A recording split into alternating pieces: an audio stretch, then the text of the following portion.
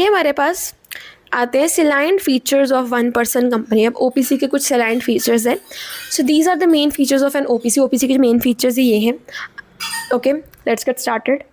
Only one share holder. An OPC has only one person as its member or shareholder. जो OPC है उसमें सिर्फ एक ही member होता है, एक ही शेयर होल्डर होता है, जो एक इंसान होता है अपने आप। वन पर्सन जो है जिसके नाम पे कंपनी चल रही है, बस वही ओनर है, वही मेंबर है। Under the rule in our textbook, the member should be natural person who is an Indian citizen and resident in India। ऐसा इंसान इस कंपनी को चलाए। इसमें एक एक्सेप्शन है कि वो इंसान, देखो नेचुरल तो होना ही चाहिए, साथ ही साथ वो एक इंडियन सिटीज़न होना चाहिए। मीन्स उसका जो पासपोर्ट है वो इंडियन सिटीजनशिप के साथ चलना चाहिए। लाइक मी एंड यू, वो रेजिडेंट भी इंडिया का होना चाहिए। मीन्स वो मोर देन 1 ईयर इंडिया में रह रहा हो, और इंडियन सिटीज़न हो। सिटीजनशिप की क्या पहचान होती है? हमारा पासपोर्ट। फिर unlike a normal private company की तरह नहीं, and OPC doesn't need 2 member. OPC को 2 मेंबर्स की जरूरत नहीं है, बस एक मेंबर से उसका काम चल सकता है। दूसरा पॉइंट आता है मिनिमम पेड अप कैपिटल। हमारी टेक्स्ट बुक में ये गिवन है that minimum paid up share capital of an OPC is 1 lakh. कि ओपीसी बनने के लिए जो मिनिमम पेड अप कैपिटल, आपको कितना पैसा इन्वेस्ट करना है? कम से कम 1 lakh. So paid up capital का मतलब है amount of share capital that members have actually paid to the company. Shareholder यानी शेयर जो ओनर है, उन्होंने कितना पैसा कंपनी में लगाया, तो कम से कम 1 लाख लगा होना चाहिए। सो ये थोड़ी पुरानी प्रोविजन है हमारी बुक में जो गिवन है। जो करंट कंपनीज है, मीन्स जो डेफिनेशंस में गिवन होती है, उसमें कुछ ऐसा prescribed 1 lakh minimum paid up capital requirement नहीं है ओपीसी के लिए। आपको अगर एग्जाम में लिखना है तो बुक वाला लिख सकते हो। फिर उसके बाद एनी फॉर्म, ओपीसी किसी भी फॉर्म का हो सकता है। ओपीसी में भी a company limited by shares, limited by guarantee, unlimited company. OPC described the number of member.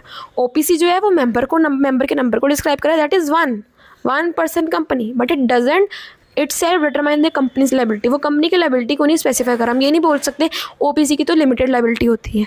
Limited by shares हो सकती है, लिमिटेड बाय गारंटी हो सकती है, और अनलिमिटेड हो सकती है उस 1 पर्सन की liability. Now the words 1 person company, the words OPC private limited जो है, means bracket start, OPC bracket close, private limited जो है, और the prescribed 1 person company wording must appear as required by the rule in the company's name. जो rule है वो ये कहता है आपको कंपनी के नाम पे ये लिखना ज़रूरी है। The name should clearly show that it is an OPC. लोगों को पता चलना चाहिए आपका नाम पढ़ के कि आप एक 1 पर्सन कंपनी, जैसे को एक ही पर्सन चला रहा है, ये कंपनी एक ही इंसान के द्वारा चल रही है।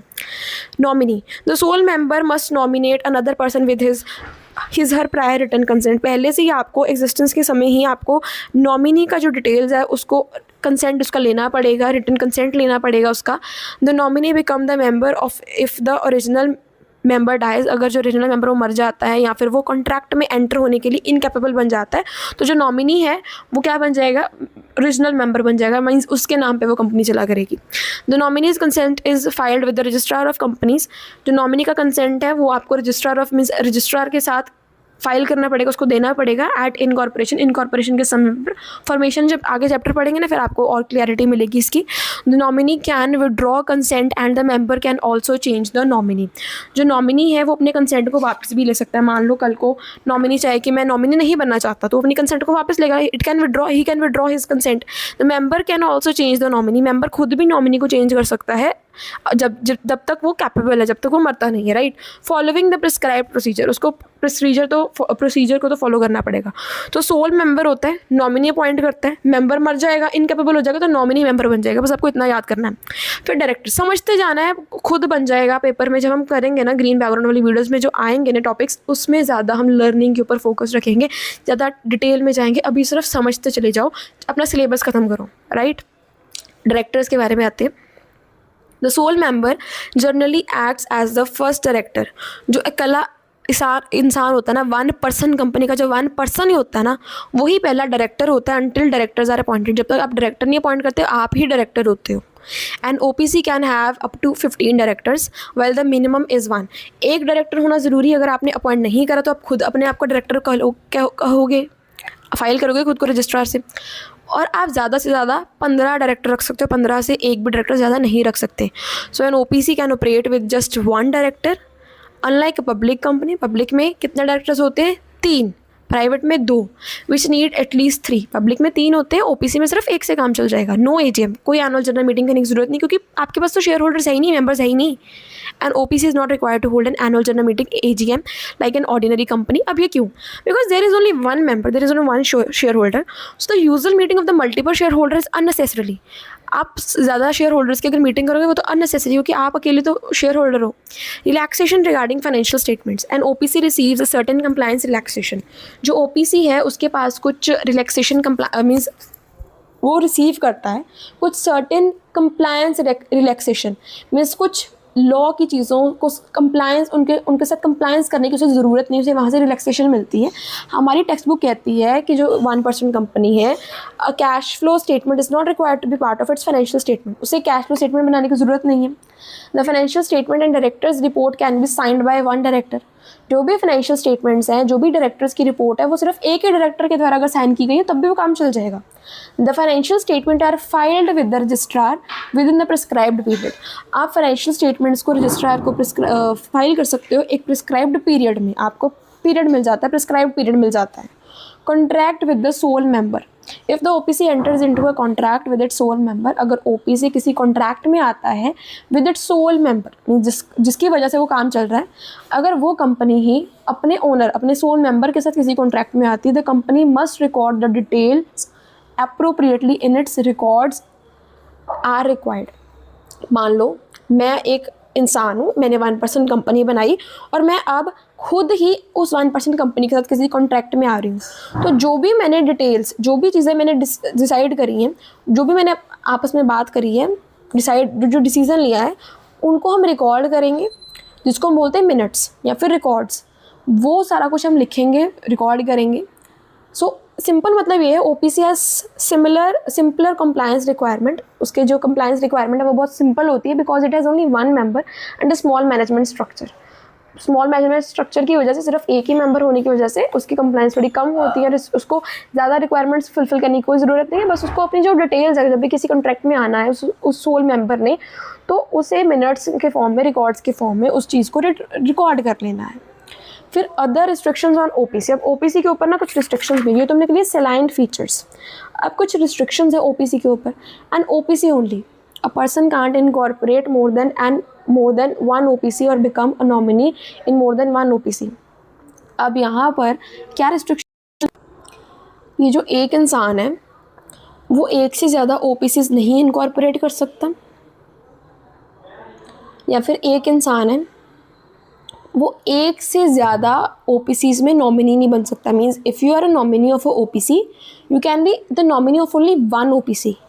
And if you are a owner of an OPC, means if you are the member of an OPC, you can't be a member of more than one OPC, means one person, one nominee of an OPC, one member, only one member of the OPC in the entire life, subject to the current applicable rule. जो भी applicable rules होंगे उनके साथ आपको चलते जाना है। फिर दूसरा रिस्ट्रिक्शंस क्या है, minor can't become a member और नॉमिनी ऑफ ओपीसी। 18 से जो छोटा जो बच्चा है, ना ही वो ओपीसी बना सकता है, ना ही वो किसी ओपीसी का मेंबर हो सकता है। नॉमिनी तो हर जगह नहीं बन सकता ना, 18 साल का बच्चा वो कहीं भी नॉमिनी बन ही नहीं सकता। फिर वो चाहे बैंक्स लगा लो, ज़्यादातर बैंक्स की एग्जांपल मैं ले रही हूँ क्योंकि नॉमिनी जो वर्ड है वो ज़्यादा बैंक में देखती हूँ। फिर वो चाहे सेविंग अकाउंट हो, फिक्स डिपॉजिट हो, उसमें नॉमिनी चलते हैं। ठीक है, कंपनीज हम पढ़ रहे हैं तो थोड़ा उसके साथ रियल लाइफ आपको एग्जांपल देती चल रही हूँ, बाकी लिखना आपको कंपनीज के कंटेक्स्ट में ही है। फिर है section 8 company. An OPC can't be incorporated or converted into a section 8 company. Section 8 company क्या है? सेक्शन 8 वो कंपनी है which is not for profit, which is an NGO, which is a charitable society. Okay, company, charitable company. जो OPC है वो कभी भी convert नहीं कर सकती, कभी भी इनकॉर्पोरेट नहीं हो सकती, मीन्स ना ही वो रजिस्टर कर सकती है एक सेक्शन 8 कंपनी के तौर पे, ना ही वो खुद को कन्वर्ट कर सकती है सेक्शन 8 कंपनी में। ठीक है, फिर है non banking financial investment. And OPC can't carry out non banking financial investment activity. And OPC can't carry out non banking financial investment activities. अब non banking financial investment activities क्या होती हैं?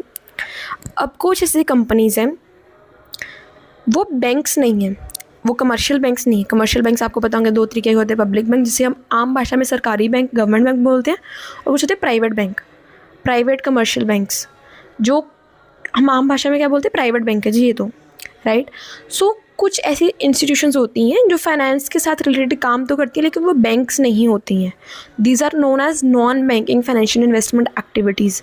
जो म्यूचुअल फंड्स होंगे ऐसा काम करती हैं, या फिर जैसे बजाज फाइनेंस ऐसे जो काम करती है ना, जो फाइनेंस के साथ रिलेटेड काम करती हैं, उनको हम non banking financial investment organisations बोल देते हैं. तो ओपीसी ये काम नहीं कर सकती, including investment in securities of other body corporates. OPC जो है वो इन्वेस्टमेंट एक्टिविटीज़ नहीं कर सकती. लोगों से पैसा लेकर दूसरी कंपनी में पैसा इन्वेस्ट करने वाला काम नहीं कर सकती. And it is also subject to the applicable rules. तो सारे जो फाइनेंशियल काम है ना वो ओपीसी नहीं कर सकती. ये हमने कुछ रिस्ट्रिक्शंस करे ओपीसी के. अब कन्वर्जन देखते हैं ओपीसी का. हमारी टेक्स्ट बुक में ये है कि the older 2 year and 50 lakh or the 2 crore their holds. तो करंट पोजीशन क्या है? These old compulsory conversion their holds are removed by the companies. जो old compulsory conversion थी ना वो कंपनीज ने रिमूव कर दी है इनकॉर्पोरेशन के समय में. और जो सेकंड अमेंडमेंट रूल है वो 2021 का है. Therefore don't memorize the old statement जो हमारी बुक में गिवन है ना कि 50 लाख 2 करोड़ देयर होल्ड के बाद आपको 2 ईयर ओल्डर कंटेन करना, कुछ ऐसा करना पड़ेगा. वो अब नहीं रहा. अब जो है करंट रूल में वो ये है कि N OPC can be converted into private public company by following the prescribed procedure. OPC public और प्राइवेट कंपनी बन सकती है एक प्रिस्क्राइब्ड प्रोसीजर फॉलो करके. सो जो ओपीसी है, increase members directors are required. जो ओपीसी है वो अपने मेंबर्स बढ़ा सकती है, अपने डायरेक्टर्स बढ़ा सकती है, अपने एमओ और एओ में ऑल्ट्रेशन कर सकती है, अपनी प्रिस्क्राइब्ड फॉर्म और डॉक्यूमेंट्स को फाइल कर दे और आरओसी से अप्रूवल लेके एक कंपनी में कन्वर्ट हो जाएगी. कौन सी कंपनी? प्राइवेट या पब्लिक कंपनी. ये अपने प्रोसीजर की बात करी. मेंबर्स, एक मेंबर नॉमिनी रिक्वायर्ड है, मिनिमम एक डायरेक्टर होना चाहिए. वो खुद भी डायरेक्टर हो सकता है 1 पर्सन. एजीएम की कोई ज़रूरत नहीं है. सिंप्लीफाइड कंप्लायंस है, ज़्यादा रिस्ट्रिक्शंस नहीं है. फिर भी सेपरेट लीगल एंटिटी यहाँ पर है. The person and the company is different in the eyes of law and it can be converted into private and public company by following the procedure. Next topic आता है formation of 1 person company. The Companies Act 2013 allows a person to form a 1 person OPC. जो Companies Act 2013 है वो हर एक इंसान को allow करता है कि वो OPC बना सकता है. The main purpose is to allow 1 person to carry on business through a separate legal entity. अब OPC बनाने का मेन पर्पस ये है कि एक इंसान को अलाउ करना कि वो बिज़नेस कैरी करे एक सेपरेट लीगल एंटिटी की प्रिंसिपल को एंजॉय करते हुए. बेसिक रिक्वायरमेंट क्या है ओपीसी बनने के लिए? 1 person subscribes his her name to the memorandum of association. उसे अपने एमओए में अपना नाम सब्सक्राइब करवाना पड़ेगा. The person must fulfil the requirement for registration under companies act. जो कंपनीज एक्ट में रजिस्ट्रेशन की रिक्वायरमेंट्स है उसको वो फुलफिल करे. The nominee must be mentioned in the MOA में नॉमिनी मैंशन होना चाहिए. The nominee becomes a member if the regional member dies और बिकम इनकैपेबल ऑफ कॉन्ट्रैक्टिंग. जब जो रीजनल मेंबर है वो इनकैपेबल हो जाता है कॉन्ट्रैक्ट्स में आने के लिए, फिर मर जाता है, तो नॉमिनी मेंबर बन जाएगा. The nominees prior return consent is required. पहले से ही उसकी उसके जीते चाहिए 1 पर्सन के जीते चाहिए उसके नॉमिनी से आपको रिटर्न कंसेंट लेना पड़ेगा. द कंसेंट इज़ फिर filed with the registrar of the company. आपको रजिस्ट्रार के साथ उसको फाइल करना पड़ेगा उसके कंसेंट को इनकॉर्पोरेशन के समय पर ही. The member can change the nominee by following the prescribed procedure. जो 1 पर्सन है which is the only member, वो नॉमिनी को चेंज भी कर सकता है एक प्रोसीजर को फॉलो करके. तो क्या फ्लो चार्ट है इसकी फॉर्मेशन का? 1 पर्सन जो है वो उसको सबसे पहले अपना नाम सब्सक्राइब कराना पड़ेगा एमओए में, नॉमिनी का नाम देना पड़ेगा एमओए में, उसका रिटर्न कंसेंट रजिस्ट्रार को देना पड़ेगा, डॉक्यूमेंट सारे फाइल करने पड़ेंगे रजिस्ट्रार के साथ मीन्स आरओसी के साथ, फिर ओपीसी इनकॉर्पोरेट हो जाएगी. स्टेप्स क्या हैं हमारी बुक में गिवन है. Obtain a digital signature certificate. सबसे पहले आपको DSC लेना है. DSC is an electronic signature, एक इलेक्ट्रॉनिक फॉर्म का सिग्नेचर है which is use to sign document digitally. जो किसके लिए इस्तेमाल किए जाते हैं? डॉक्यूमेंट्स को डिजिटली साइन करने के लिए. While filing with them the MCA. While filing them with the MCA. जो MCA के साथ जो आपको डॉक्यूमेंट्स फाइल करने पड़ते हैं वहाँ पर आपका डिजिटल सिग्नेचर चलता है, तो आपको डिजिटल सिग्नेचर सर्टिफिकेट लेना है. सिंपल मतलब क्या है? It's is the person digital signature for online company registration. Company के रजिस्ट्रेशन के समय आपको अपने जो आप ओनली पर्सन हो आपको अपना डिजिटल सिग्नेचर सर्टिफिकेट लेना पड़ेगा. सेकंड स्टेप आता है ऑब्टेन डायरेक्टर आइडेंटिफिकेशन नंबर. अब डिजिटल सिग्नेचर सर्टिफिकेट लेने के बाद आपको, अब यहाँ पर ना जो डॉक्यूमेंट्स हैं, यहाँ पर ये लाइन पढ़ो, a DCS is an electronic signature use to sign documents. एक इलेक्ट्रॉनिक सिग्नेचर है जहाँ पर आप अपने डॉक्यूमेंट्स को डिजिटली साइन कर सकते हो। कौन से डॉक्यूमेंट्स को साइन करना है? जो आप MCA के साथ कर रहे हो। अब MCA क्या है? MCA रेफर्स टू मिनिस्ट्री, आपको लिख लेना अपनी नोटबुक में, मिनिस्ट्री ऑफ कॉर्पोरेट अफेयर्स। वैसे आपकी बुक में ये गिवन है कि जो मिनिस्ट्री ऑफ कॉर्पोरेट अफेयर्स है एक ऐसी गवर्नमेंट बॉडी जो कॉर्पोरेट फ्रेमवर्क के साथ रिलेटेड है, उसके साथ जो डॉक्यूमेंट्स करने हैं, जो जिन डॉक्यूमेंट्स में आना है, वहाँ पर आपको DCS लेना पड़ेगा, अपना डिजिटल सिग्नेचर सर्टिफिकेट लेना पड़ेगा उसके लिए। सेकंड स्टेप आता है आपको डायरेक्टर आइडेंटिफिकेशन नंबर लेना। यहाँ तो अपने डायरेक्टर को हायर करो और उसका डायरेक्टर आइडेंटिफिकेशन नंबर यूज़ करो, या खुद डायरेक्टर बन के आप अपना DIN नंबर ले लो, ठीक है, डायरेक्टर आइडेंटिफिकेशन नंबर ले लो। So DIN is a unique identification number. एक यूनिक आइडेंटिफिकेशन नंबर होता है given to a person who is the director of a company. जो कंपनी का डायरेक्टर होता है उसको ये मिलता है, ठीक है। फिर हर एक कंपनी में मिलता है, चाहे वो प्राइवेट पब्लिक हो या OPC हो। तो DIN is like a unique identification number for a director. जैसे रजिस्टर्ड नंबर होता है ना MBBS डॉक्टर्स के लिए, वैसे ही डायरेक्टर्स के लिए एक DIN नंबर होता है जो उनका यूनिक आइडेंटिफिकेशन नंबर होता है, जैसे GST नंबर हो गया, राइट। फिर अब थर्ड स्टेप आता है, मतलब डिजिटली सिग्नेचर सर्टिफिकेट ले लिया, DIN number, director identification number ले लिया। अब सुटेबल नेम सोचो OPC का। A suitable name for the OPC is selected, तो आपने सोच लिया, and submitted through the prescribed MCA process. आपको मिनिस्ट्री ऑफ कॉर्पोरेट अफेयर्स के साथ उसको सबमिट कर देना अपने नेम को। The name must comply with the naming requirement under the companies act. जो नाम है वो कंपनीज एक्ट की प्रोविजंस को कंप्लाई करता हो, जिसको मानता हो। सबसे पहले सिंपल मतलब क्या है, first decide a legal and acceptable name for the OPC। तो तीसरा स्टेप क्या है, OPC का एक लीगल और एक्सेप्टेबल नेम सोचो। फोर्थ स्टेप आएगा डॉक्यूमेंट्स को ड्राफ्ट करना। The required incorporation documents are prepared. जितने भी डॉक्यूमेंट्स रिक्वायर्ड हैं वो आपने प्रिपेयर कर लिए, जिसमें MOA होगा, जिसको मतलब बोलते हैं memorandum of association, which consist of all the details of the company, its members, it's objective, everything. Then second is AOA, which has rules and regulation of the company, means internal rules. Then there is a nominee's consent for the OPC. We are talking in context to OPC. ये OPC का formation चल रहा है, तो OPC में nominee का consent return में लिया जाएगा, फिर उसको रजिस्ट्रार के साथ फाइल किया जाएगा। ये सारे डॉक्यूमेंट्स हम रजिस्ट्रार को फाइल कर रहे हैं।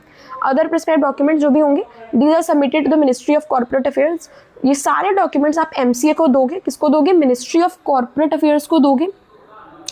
सो prepare all the legal documents required to create the company. फिर उसके बाद pay fee and stamp duty, आपको फीस देनी है, स्टैम्प ड्यूटी देनी है। The prescribed registration fee and the stamp duty are paid. जो स्टैम्प का जो खर्चा है, जो रजिस्ट्रेशन का खर्चा है, वो आपको देना है। Are paid while submitting the incorporation document. आपको वो पे करना पड़ता है while submitting the incorporation document. ये सारी चीज़ आपको कब पे करनी पड़ती है? जब आप इनकॉर्पोरेशन करते समय डॉक्यूमेंट्स देते हो। फिर होता है scrutiny and certificate of incorporation. Scrutiny का मतलब होता है वेरिफिकेशन करना।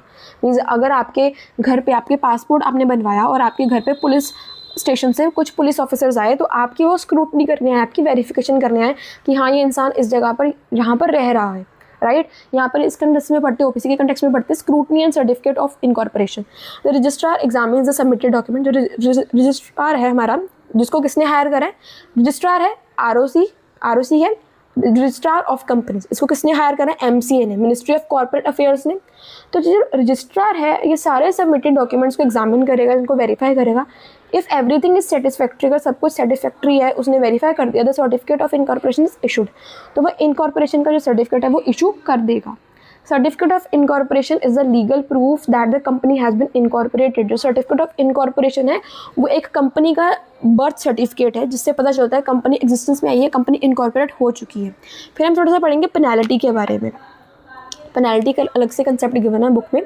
इफ़ एन OPC और इट्स ऑफिसर कॉन्ट्रावेन्स एप्लीकेबल प्रोविजंस, अगर कोई OPC या फिर उसका कोई भी ऑफिसर एप्लीकेबल प्रोविजंस को कॉन्ट्रावेन कर देता है, मीन्स उसके अगेंस्ट उसको डिफीट कर देता है, मीन्स उसको कन्फ्लिक्टिंग काम कर देता है, उसके अगेंस्ट काम कर देता है, the company or the officer may be subject to the penalty. उस OPC को या फिर उस OPC का जो ऑफिसर है उसको पेनल्टीज पे करनी पड़ेंगी, which is prescribed under companies act. हमारा बुक कह रहा है, स्पेसिफाइड है कि 10,000 रुपया पर उसके साथ आपको क्या देना पड़ेगा? एक तो 10,000 रुपया पेनल्टी है, साथ ही में हर दिन का 1,000 रुपया। बट ये पुरानी प्रोविजंस हैं, जो करंट लॉ है वो आपको उस समय नहीं याद रहेगा। आप ये भी लिख सकते हो कि एक तो 10,000 पेनल्टी, साथ में हर दिन का 1,000 रुपया, ठीक है। फिर आगे हम डिफरेंस देखेंगे ओपीसी एंड सोल प्रोप्राइटरशिप का। थोड़ा सा हम फास्ट कर रहे हैं, आपको ये भी लग रहा होगा थोड़ा जल्दी कर रहे हैं। देखो हमने सिलेबस कंप्लीट करना है, फिर रिवीजन के ऊपर टाइम लगाना है। रिवीजन भी किनकी करनी है, जो इंपॉर्टेंट चीज़ें हैं। तो सिलेबस कंप्लीट करना पहले आपका मेन मोटिव है। तो सिलेबस में आपको सिर्फ समझते जाना है, अभी याद करने में नहीं टाइम वेस्ट करना। नोट्स बनाते जाओ, जो वीडियोस आती रहती है उनको साथ साथ में देखते जाओ। प्लेलिस्ट बनी हुई है अभी करंट सब्जेक्ट्स की, प्रीवियस सब्जेक्ट्स की प्लेलिस्ट इसलिए नहीं बनी क्योंकि जो मैं फोकस्ड जो चैनल है ना, वो बेसिकली 2025 टू 2028 के स्टूडेंट्स के लिए, राइट। फर्स्ट सेमेस्टर ज़्यादा वीडियोस नहीं आई, सेकंड सेमेस्टर तकरीबन वीडियोस आ गई, थर्ड सेमेस्टर और भी ज़्यादा डिटेल हम करेंगे, और भी ज़्यादा चीज़ें कवर करने की कोशिश करेंगे। तो वीडियोस को पढ़ते जाओ, अपना सिलेबस करते जाओ, क्योंकि जब एग्ज़ाम आएंगे तब आपको टाइम नहीं मिलेगा इतना ज़्यादा कुछ करने का, फिर सिर्फ आप इंपॉर्टेंट चीज़ों को देख सकते हो। वापस आते हैं अपने टॉपिक के ऊपर। ओपीसी एंड सोल प्रोप्राइटरशिप के ऊपर डिफरेंस है। यहाँ पर हम कंपैरिजन देखेंगे। Legal status, separate legal entity from its owner. OPC में वो अलग है, ओनर अलग है और कंपनी अलग है, सेपरेट लीगल एंटिटी है। सोल प्रोप्राइटरशिप में ओनर और बिजनेस दोनों सेम है, लीगली सेम है, लॉ की नज़रों में सेम है। लाइबिलिटी ओपीसी में लिमिटेड होती है ज़्यादातर, सोल प्रोप्राइटरशिप की अनलिमिटेड होती है। हमने पढ़ा हुआ है 11th में सोल प्रोप्राइटरशिप तो पढ़ी है अपने पूरे साल, राइट। 11th का याद है ना, सोल प्रोप्राइटरशिप आपने पढ़ी है। उसके बाद formation, incorporation under companies act. OPC companies act में बनता है। OPC is a private type of company, private company. Sole proprietorship का इनकॉर्पोरेशन कोई ज़रूरत है ही नहीं, खास तौर पे कंपनीज एक्ट में तो है ही नहीं ज़रूरत इसकी, ओके। फिर ओनरशिप, सिर्फ एक ही मेंबर होता है, सोल प्रोप्राइटरशिप में भी एक ही मेंबर होता है, ठीक है। यहाँ पे हम ओपीसी में शेयर होल्डर भी बोल सकते हैं क्योंकि वो एक कंपनी है, लेकिन उसमें हम सिर्फ ओनर बोलेंगे, उसमें हम शेयर होल्डर नहीं बोलेंगे, क्योंकि शेयर होल्डर का तो मतलब शेयर्स में होल्ड रखना, वहाँ पे शेयर्स तो है ही नहीं, सिर्फ एक ही ओनर है सोल प्रोप्राइटरशिप में। फिर कंप्लायंस, मोर लीगल कंप्लायंस। ओपीसी में ज़्यादा लीगल कंप्लायंस रहती है, सोल प्रोप्राइटरशिप में कम लीगल कंप्लायंस होती है, comparatively less compliance. Perpetual succession में ओपीसी का परपेचुअल सक्सेशन है because it can continue despite the death of the member through the nominee who is the succession. There is a succession mechanism, जो nominee है वो succession mechanism को follow करेगा, वो company को कंटिन्यू रखेगा। लेकिन सोल प्रोप्राइटरशिप जनरली ख़त्म हो जाती है जब उसका मेंबर की डेथ हो जाती है या फिर वो इनकैपेसिटी में आ जाता है। Taxation, tax under applicable companies provision.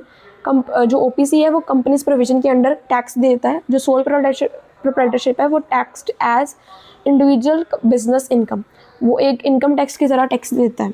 Raising fund, जो ओपीसी है can obtain loans and other permitted funding, वो लोन ले सकता है, फंडिंग करवा सकता है दूसरी इंस्टीट्यूशन से।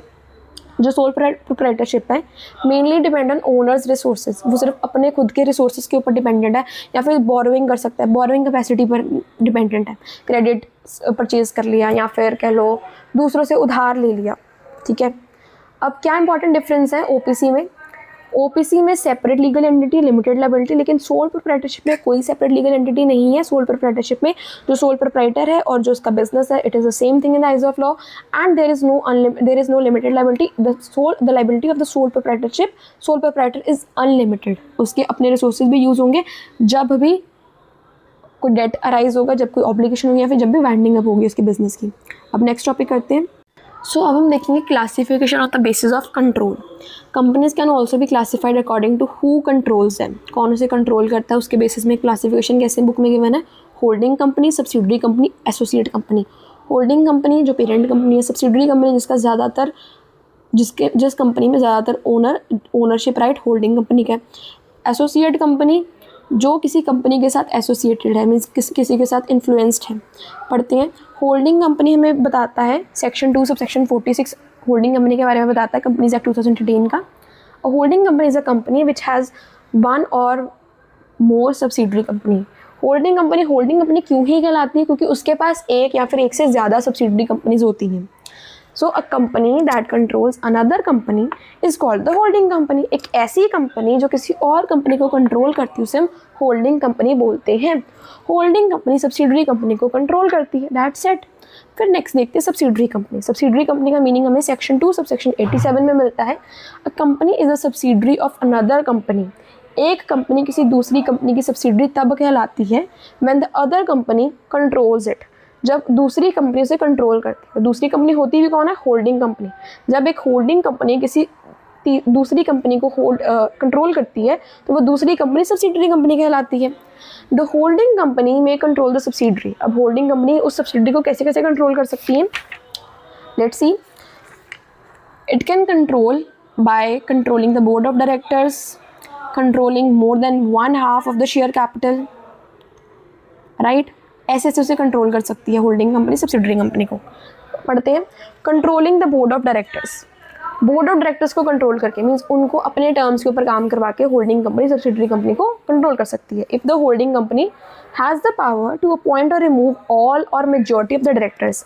जब किसी होल्डिंग कंपनी के पास ये पावर है, ये सत्ता मीन्स एक पावर उसे मिली हुई है कि वो अपनी सब्सिडरी कंपनी के डायरेक्टर्स को खुद अपॉइंट करे, खुद रिमूव करे सभी या फिर ज़्यादातर डायरेक्टर्स को, तो वो उस केस में सब्सिडरी कंपनी को कंट्रोल कर लेती है. या फिर controlling more than 1/2 of the share capital. जब एक होल्डिंग कंपनी कंट्रोल करती है more than 50% of the total share capital, means अगर एक सब्सिडरी कंपनी के 100 शेयर हैं और इसमें 50 या 50 से ज़्यादा शेयर होल्डिंग कंपनी की है, it can be treated as a subsidiary relationship. तब उस दोनों केसेस में होल्डिंग और सब्सिडरी रिलेशनशिप आ जाएगा, which is subject to statutory definition, right. Law में उसे सब्सिडरी कंपनी कह देंगे और उसे दूसरी बड़ी वाली कंपनी को होल्डिंग कंपनी कह देंगे. एग्जाम्पल देखते हैं. कंपनी ए कंट्रोल्स कंपनी बी. कंपनी ए है वो बी कंपनी को कंट्रोल करती है, ठीक है. अब कंपनी जो ए है वो होल्डिंग कंपनी, कंपनी बी जो है वो सब्सिडरी कंपनी है. होल्डिंग कंपनी जो है वो होल्ड करती है, कंट्रोल करती है. सब्सिडरी कंपनी कंट्रोल्ड होती है, मीन्स उसे होल्डिंग कंपनी कंट्रोल करती है. अभी एग्जाम्पल आपने समझ ली. एक दूसरी एग्जाम्पल समझो. There is a company A that is controlling company B. Company A B को कंट्रोल कर रही है and B is controlling C. Now if A controls B, अगर ए बी को कंट्रोल करती है तो A is the holding company, B is the subsidiary company. And if B is controlling C, so B is the holding company and C is the subsidiary company. So A is the holding, B is holding as well as subsidiary, C is only the subsidiary. Is that clear? And because आपको ये लिख लेना, एक बार back जाओ फिर से सुनो, फिर एग्जाम्पल को लिखो अपने हाथ से, रिप्रेजेंट करो उसको, मतलब प्रेजेंटेबल वे में लिखो फ्लो चार्ट की फॉर्म में. And because B is it self controlled by A, क्योंकि B को A कंट्रोल कर रही है, C can also become a subsidiary of A.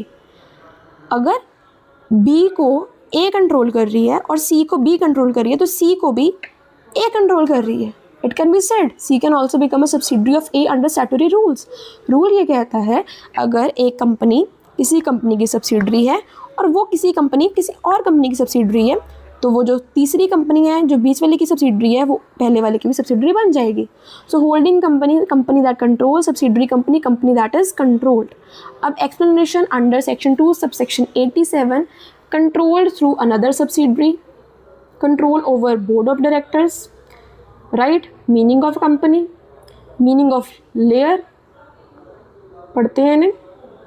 Book में गिवन है इसलिए पढ़ना ज़रूरी है, बाकी एग्ज़ाम में ये सब कुछ याद करने की इतनी ज़्यादा ज़रूरत नहीं है. मीनिंग लिखोगे दैट विल बी सफिशिएंट, क्योंकि पूरा क्वेश्चन आएगा. बाकी एग्जाम्स के लिए I will prefer you to watch green background videos, right. There is a dull green theme this year. Okay, so पहला पॉइंट है control through another subsidiary. A company can be treated as a subsidiary. एक company जो है वो treat की जा सकती है एक subsidiary even when the holding company control is exercise through another subsidiary. ध्यान से समझिए. A company can be treated as a subsidiary. यहाँ पर जो सी है it can be treated as a subsidiary of A even when the holding company control is exercise through another subsidiary. अगर जो holding company है उसका control वो exercise कर रही है किसी और सब्सिडरी के थ्रू, मीन्स जो ए है वो बी सब्सिडरी को होल्ड कर रही है, बी सी को कर रही है, जिस वजह से सी के ऊपर भी ए का ही होल्ड है. This is control through another subsidiary. किसी और सब्सिडरी से आप होल्ड पा रहे हो, means A is controlling B is controlling C. Here A controls B directly and may control C through B. वो सी को भी कंट्रोल कर सकती है बी के through. So the relationship can extend through layers of company. So ये जो relationship है सब्सिडरी और होल्डिंग कंपनी का, इसे हम कैसे एक्सटेंड कर रहे हैं कंपनीज़ की लेयर्स के साथ, through layers of companies. We are considering here the new word that is layers of companies. Control over board of directors. फिर या तो आप बोर्ड ऑफ डायरेक्टर्स के ऊपर कंट्रोल रख लो. अ कंपनी, अब ये जो मैंने आपको बताया ये कैसे ओनरशिप में कंट्रोल है, मींस ए का 50% से ज़्यादा कंट्रोल बी के ऊपर है, बी का 50% से ज़्यादा कंट्रोल सी पे है, तो सी जो है वो भी ए के अंडर आ रही है, ए की सब्सिडरी बन रही है. दूसरा कैसे कंट्रोल कर सकती है होल्डिंग सब्सिडरी, कैसे रिलेशनशिप इस्टेब्लिश कैसे होता है कि एक company's board is considered to be controlled by another company. एक कंपनी का बोर्ड ऑफ डायरेक्टर्स की जो टीम है वो कौन कंट्रोल कर रहा है, कोई और कंपनी कंट्रोल कर रही है। When the another company has the power to appoint or remove all or majority of the director, जब उस दूसरी कंपनी के पास मान लो ए बी को कंट्रोल कर रही है, अब बी के जो डायरेक्टर्स हैं उसको रखना है, हायर करना है या रिमूव करना है, ज़्यादातर जो डायरेक्टर्स हैं या फिर मेजॉरिटी ऑफ जो डायरेक्टर्स हैं उसका उनको रखने का ना रखने का जो डिसीजन है वो ए के पास है। तो जो ए है वो सब्सिडरी, जो ए है वो होल्डिंग बन जाएंगी, बी सब्सिडरी बन जाएगी। If company A has the power to appoint most of the company's B directors, अगर ए के पास ये पावर है कि वो बी के डायरेक्टर्स को ज़्यादातर अपॉइंट कर सकती है, तो ए जो है वो बी के बोर्ड को कंट्रोल कर रही है, तो जो बी है वो ए की सब्सिडरी है। अब यहाँ पे कंपनी का मतलब क्या है? For the purpose the term company includes a body corporate. Company का मतलब है कि body corporate means corporate body में आपका एक एग्जिस्टेंस होना। फिर मीनिंग ऑफ लेयर है यहाँ पर, the layer means a subsidiary or subsidiaries of holding company. Layer का मतलब है, लेयर का सिंपल मतलब है सब्सिडरी, किसी की सब्सिडरी होना यानी किसी की लेयर होना, या फिर किसी की लेयर्स होना यानी किसी की सब्सिडरीज होना। अब ए की दो सब्सिडरीज हैं बी एंड सी, जो मैंने पहले एग्जांपल ली थी। होल्डिंग कंपनी जो है वो सब्सिडरी होती है and subsidiary is nothing but one layer. If the holding company is having more than one subsidiaries it means holding company is having more than one layers. If there is another subsidiary below it then it creates another layer. अगर एक subsidiary के आगे और subsidiary है तो वो layer create हो जाती है। कि दो मोर देन वन सब्सिडरी होने का मतलब है लेयर होना, right. Subsidiary company can't hold shares in its own holding company. Holding company subsidiary company के शेयर्स ओन कर सकती है, लेकिन सब्सिडरी कंपनी होल्डिंग कंपनी के शेयर्स नहीं होल्ड कर सकती। सेक्शन 19 बोलता है generally a subsidiary company can't hold shares in its holding company. Subsidiary company अपनी होल्डिंग कंपनी के शेयर्स नहीं होल्ड कर सकती। Also the holding company can't allot or transfer it shares to its subsidiary. और जो holding company वो खुद अपनी मर्जी से भी अपने शेयर्स को अलॉट नहीं कर सकती, ट्रांसफर नहीं कर सकती उस सब्सिडरी कंपनी के नाम पर। If such shares are allotted or transferred in violation of this rule, अगर आप ऐसा कर लेते हो, इस रूल को वायलेट कर देते हो, इस ट्रांजेक्शन को वॉइड कहा जाएगा। ये ट्रांजेक्शन लॉ की नज़र में वैलिड नहीं है। एग्जाम्पल से समझते हैं, जैसे ए एक होल्डिंग कंपनी थी। ए क्या थी? A was a holding company, B was a subsidiary company. B can normally purchase or hold shares of A. A के शेयर्स पे बी का कोई हक नहीं है, बी कभी खरीद भी नहीं सकती। Why? Because it would create a circular ownership structure where a company indirectly own itself. यहाँ पर एक सर्कुलर ओनरशिप स्ट्रक्चर है कि जो ए है, जो बी है, वो अपने आप को ही ओन कर रही है। Like what crazy thing it is कि ए बी को ओन कर रही है और बी ए के ओनरशिप में राइट रख रही है। ये क्या है? कौन किसका ओनर है ये तो पता नहीं चल रहा। There is a circular ownership structure, means A is having ownership in B, B is having ownership in A. So subsidiary company can't purchase the shares of its own holding company. Exceptions है, the prohibition doesn't apply in certain situations. कुछ prohibitions होती हैं जो कुछ situations में नहीं apply की जा सकती, and those prohibitions are legal representative, trustee, existing shareholder, right? इनको पढ़ते हैं। Legal representative, if the subsidiary hold shares in holding company, अगर एक सब्सिडरी कंपनी किसी होल्डिंग कंपनी में शेयर्स रखी रही है as the legal representative of a deceased member. अगर होल्डिंग कंपनी का कोई डिसीज्ड मेंबर है उसका लीगल रिप्रेजेंटेटिव है। जैसे समझो, अब ए एक कंपनी थी, बी एक कंपनी है, बी सब्सिडरी है, ए होल्डिंग है। ए के मान लो 3 मालिक हैं, बी के 2 मालिक हैं, ऐसे मान लो आप। ए का जो एक पर्सन है राम, राम का बेटा जो है वो बी का मालिक है श्याम, और श्याम जो है वो ए का लीगल रिप्रेजेंटेटिव भी है। अब राम मर गया, राम का बेटा जो है उसको ओनरशिप मिलेगी होल्डिंग कंपनी की, that is the A. So if the subsidiary hold shares in the holding company as the legal representative of a deceased member the exemption applies. उस केस में जो सब्सिडरी कंपनी का owner है वो holding company के shares में right रख सकता है, because it is merely a legal representative of the deceased partner of the holding company, right. Next है trustee, if the subsidiary holds the shares as a trustee the exception applies. अगर subsidiary जो है, subsidiary company shares को own कर रही है, ए के shares को ओन कर रही है, बी एज अ ट्रस्टी, उसका ट्रस्टी बन के, कि अगर आपके बिजनेस में कभी कोई काम नहीं, कोई अटकेगा तो हम बैठे हैं आपका काम करने के लिए, आपकी ओनरशिप को संभालने के लिए, थोड़ी बहुत ओनरशिप को, तो एक ट्रस्टी के उसके बिहाफ पे काम कर रही है जस्ट। फिर है existing share holder, if the subsidiary already held the share before it become the subsidiary of the holding company.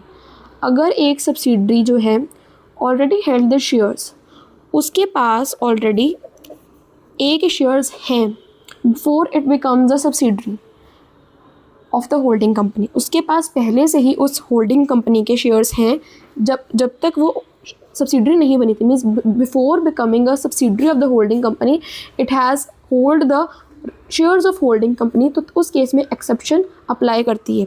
तो उस केस में जो सब्सिडरी कंपनी है वो होल्डिंग कंपनी का ओनर बन सकती है। These are the 3 exceptions given in your text book.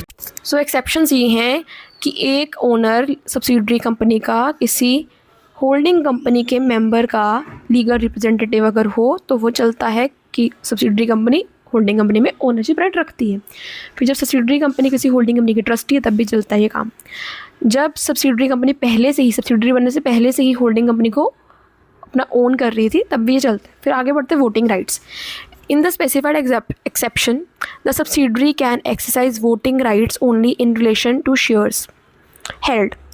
जो सब्सिडरी है वो वोटिंग राइट को एक्सरसाइज कर सकती है एक्सेप्शंस के केस में, जब उसके पास शेयर्स हैं एज अ लीगल रिप्रेजेंटेटिव या एज अ ट्रस्टी। जब वो शेयर्स हैं, मीन्स बी के पास, B is having shares of a as a legal representative और एज अ ट्रस्टी, तब उसके पास वोटिंग राइट्स भी होंगे।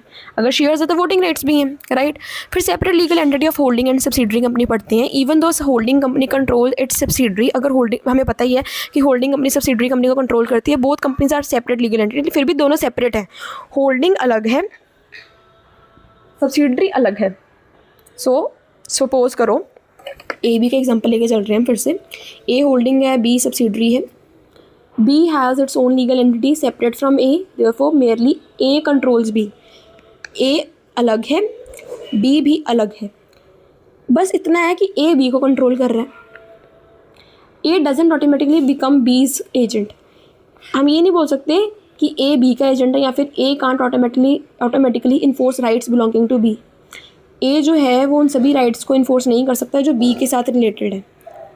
हम ये नहीं कह सकते, हम दो चीज़ें नहीं कह सकते, ना ही ये कहेंगे कि ए बी का एजेंट है, ना ही हम ये कहेंगे कि बी के राइट्स ए इन्फोर्स कर सकता है। So holding company and subsidiary company are separate legal entity even though there is a relationship of control between them. दोनों अलग अलग लीगल एंटिटीज़ हैं लॉ की नज़रों में, in the eyes of law there is only a mere thing that is it is having a relationship of control between them. There is a relationship of control. Control का एक relationship, एक रिश्ता है control का subsidiary और holding company के बीच में। फिर थर्ड टाइप आती है एसोसिएट कंपनी। सब्सिडरी और होल्डिंग के बाद आती है associate company on the basis of control में हम पढ़ रहे हैं। एसोसिएट, यह सेक्शन 2 सबसेक्शन 6 है। An associate company is a company in which another company has significant influence. एक एसोसिएट कंपनी का मतलब है एक ऐसी company in which another person has a significant influence, जिसमें उस कंपनी के ऊपर किसी इंसान का, किसी कंपनी का सिग्निफिकेंट इन्फ्लुएंस है, but which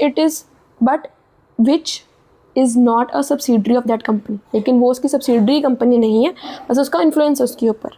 and associate company also include a joint venture company. Associate company में जॉइंट वेंचर कंपनी भी आती है। अब सिग्निफिकेंट इन्फ्लुएंस का मतलब क्या है?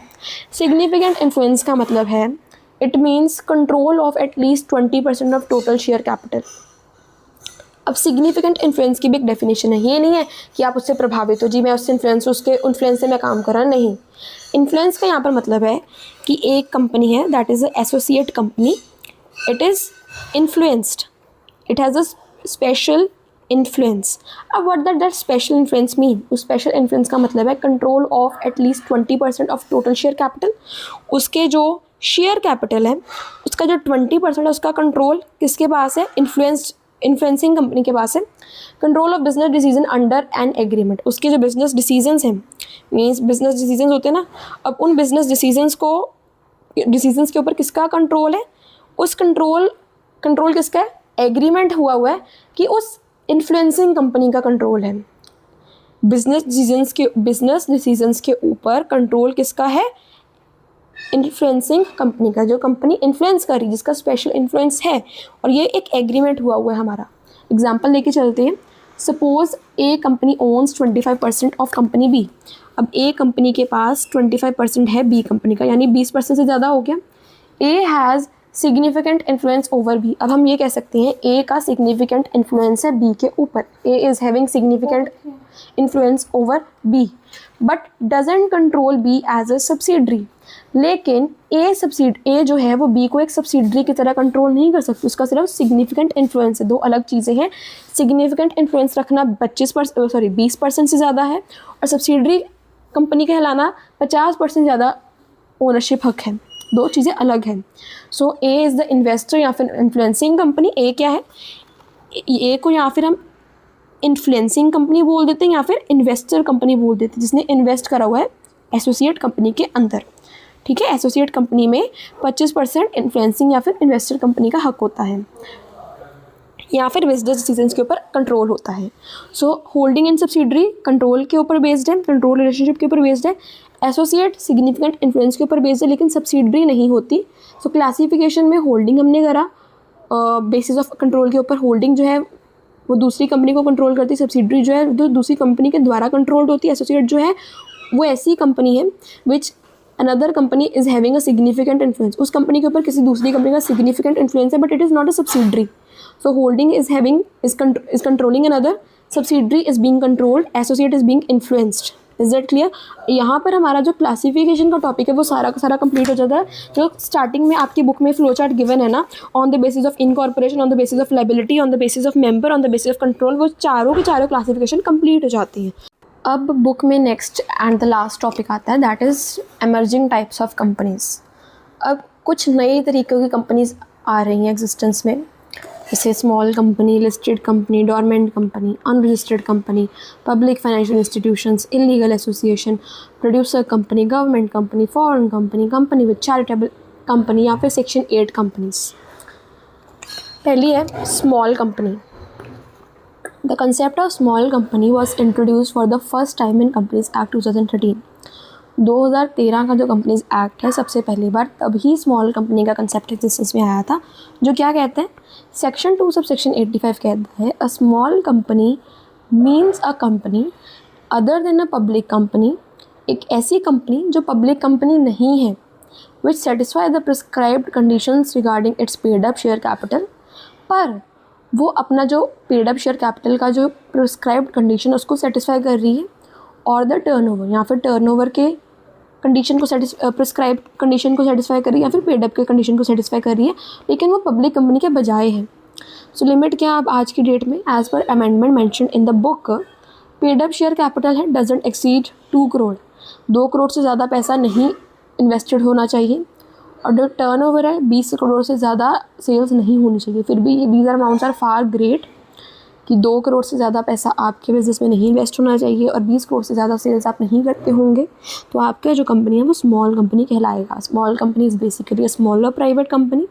स्मॉल कंपनी क्या है, एक स्मॉलर प्राइवेट कंपनी है, मीन्स पब्लिक के अलावा जो कंपनी जैसे प्राइवेट कंपनी का भी जो स्मॉलर वर्जन है वो स्मॉल कंपनी है, which falls with in the prescribed capital and turnover limit, जिसका कैपिटल एंड टर्नओवर लिमिट आ जाता है। फिर एक्सेप्शन क्या है, the following companies can't be treated as small company, कुछ कंपनीज है जो स्मॉल कंपनी नहीं हो सकती even if the capital or turnover is with in the limit, जैसे कि holding company, subsidiary company, section 8 company, body corporate govern by special act, अगर कोई कॉर्पोरेट गवर्नमेंट है, कोई कॉर्पोरेट बॉडी है और जैसे कोई स्पेशल एक्ट चला रहा है जैसे RBI है, LIC, तो ये चीज़ें स्मॉल कंपनी नहीं हो सकती। स्मॉल कंपनी पब्लिक नहीं होती, प्रिस्क्राइब्ड लिमिट्स में होती हैं, और नॉट एक्सक्लूडेड कंपनी, जो कंपनी नहीं एक्सक्लूड कर सकते वो नहीं होती, जैसे होल्डिंग, सब्सिडरी, चैरिटेबल और गवर्नमेंट एक्ट के अकॉर्डिंग। फिर है salient features of small company. अब स्मॉल कंपनी के कुछ सैलाइंट फीचर्स हैं, जैसे कि only a private company, right, certain companies excluded, capital and turnover limits, status can change, right. So बढ़ते हैं इन्हें। पहला सैलाइंट फीचर है only a private company. Only a private company can be classified as a small company, सिर्फ एक private company ही हम small company कह सकते हैं, कोई और टाइप की जैसे पब्लिक कंपनी को स्मॉल कंपनी नहीं बोल सकते, OPC को स्मॉल कंपनी नहीं बोल सकते। A public company can't be a small company, right. Then certain companies exclude, जैसे holding, subsidiary, charitable, which also mean section 8 company, या फिर company govern by special act like for example LIC, RBI, Exactly. Then these companies can't be classified under small company. Then capital and turnover limits. हमारी book में कुछ limits हैं जो शायद पुरानी ही हैं, अमेंडमेंट हुए हैं, but paid up capital 2 crore से ज़्यादा नहीं हो और टर्नओवर 20 करोड़ से ज़्यादा ना हो. और बुक में भी ये क्लियरली मेंशन है कि जो पेड अप कैपिटल है ना वो 50 लाख से 2 करोड़ हुई है और जो टर्नओवर है वो 2 करोड़ से 20 करोड़ हुई है, तो ऑलरेडी इंक्रीज है ये अमाउंट्स. ठीक है, हमारे बुक में. Status can change. A company status as a small company can change from year to year. एक कंपनी कभी स्मॉल कंपनी कहलाएगी, कभी प्राइवेट कंपनी कहलाएगी, तो ये उसका स्टेटस बदलता जाएगा. जैसे पहले साल वो स्मॉल कंपनी की तरह क्वालिफाइड हुई, दूसरे साल वो प्रिस्क्राइब्ड लिमिट को एक्सीड कर गई, तो वो स्मॉल कंपनी के स्टेटस को खो देगी. तीसरे साल फिर से उसने कंडीशंस को सेटिस्फाई कर दिया, वो फिर से वो स्टेटस को रीगेन कर ले. सो ये एक इम्पॉर्टेंट पॉइंट है. ये जो चेंज है, स्टेटस जो है वो बार बार चेंज होता रहेगा. अब कुछ स्पेशल प्रोविजंस हैं एंड एक्सेप्शंस हैं बेसिकली एग्जम्पशन भी, एक्सेप्शंस हैं available to small companies. Small companies receive certain compliance relaxation because they are smaller businesses. जो small companies हैं उनको कुछ certain compliances होती हैं, कुछ relaxation मिलती है उन्हें, क्योंकि वो छोटे लेवल की businesses होती हैं. जैसे board meeting हो गया, cash flow statement से relaxation मिल जाना, rotation of auditor, right? इनको one by one पढ़ते हैं. बहुत सिंपल है, जैसे समझते जाना आपने. Board meetings. A small company में hold only 2 board meetings in a financial year. एक फाइनेंशियल ईयर है जो कि 12 महीनों का होता है, starting from 1 April to 31 March. उसमें इसके लिए सिर्फ 2 बोर्ड मीटिंग्स करनी ही ज़रूरी है with the gap of at least 90 days between 2 meetings. 2 meetings में 3 महीनों का 90 डेज का गैप होना चाहिए.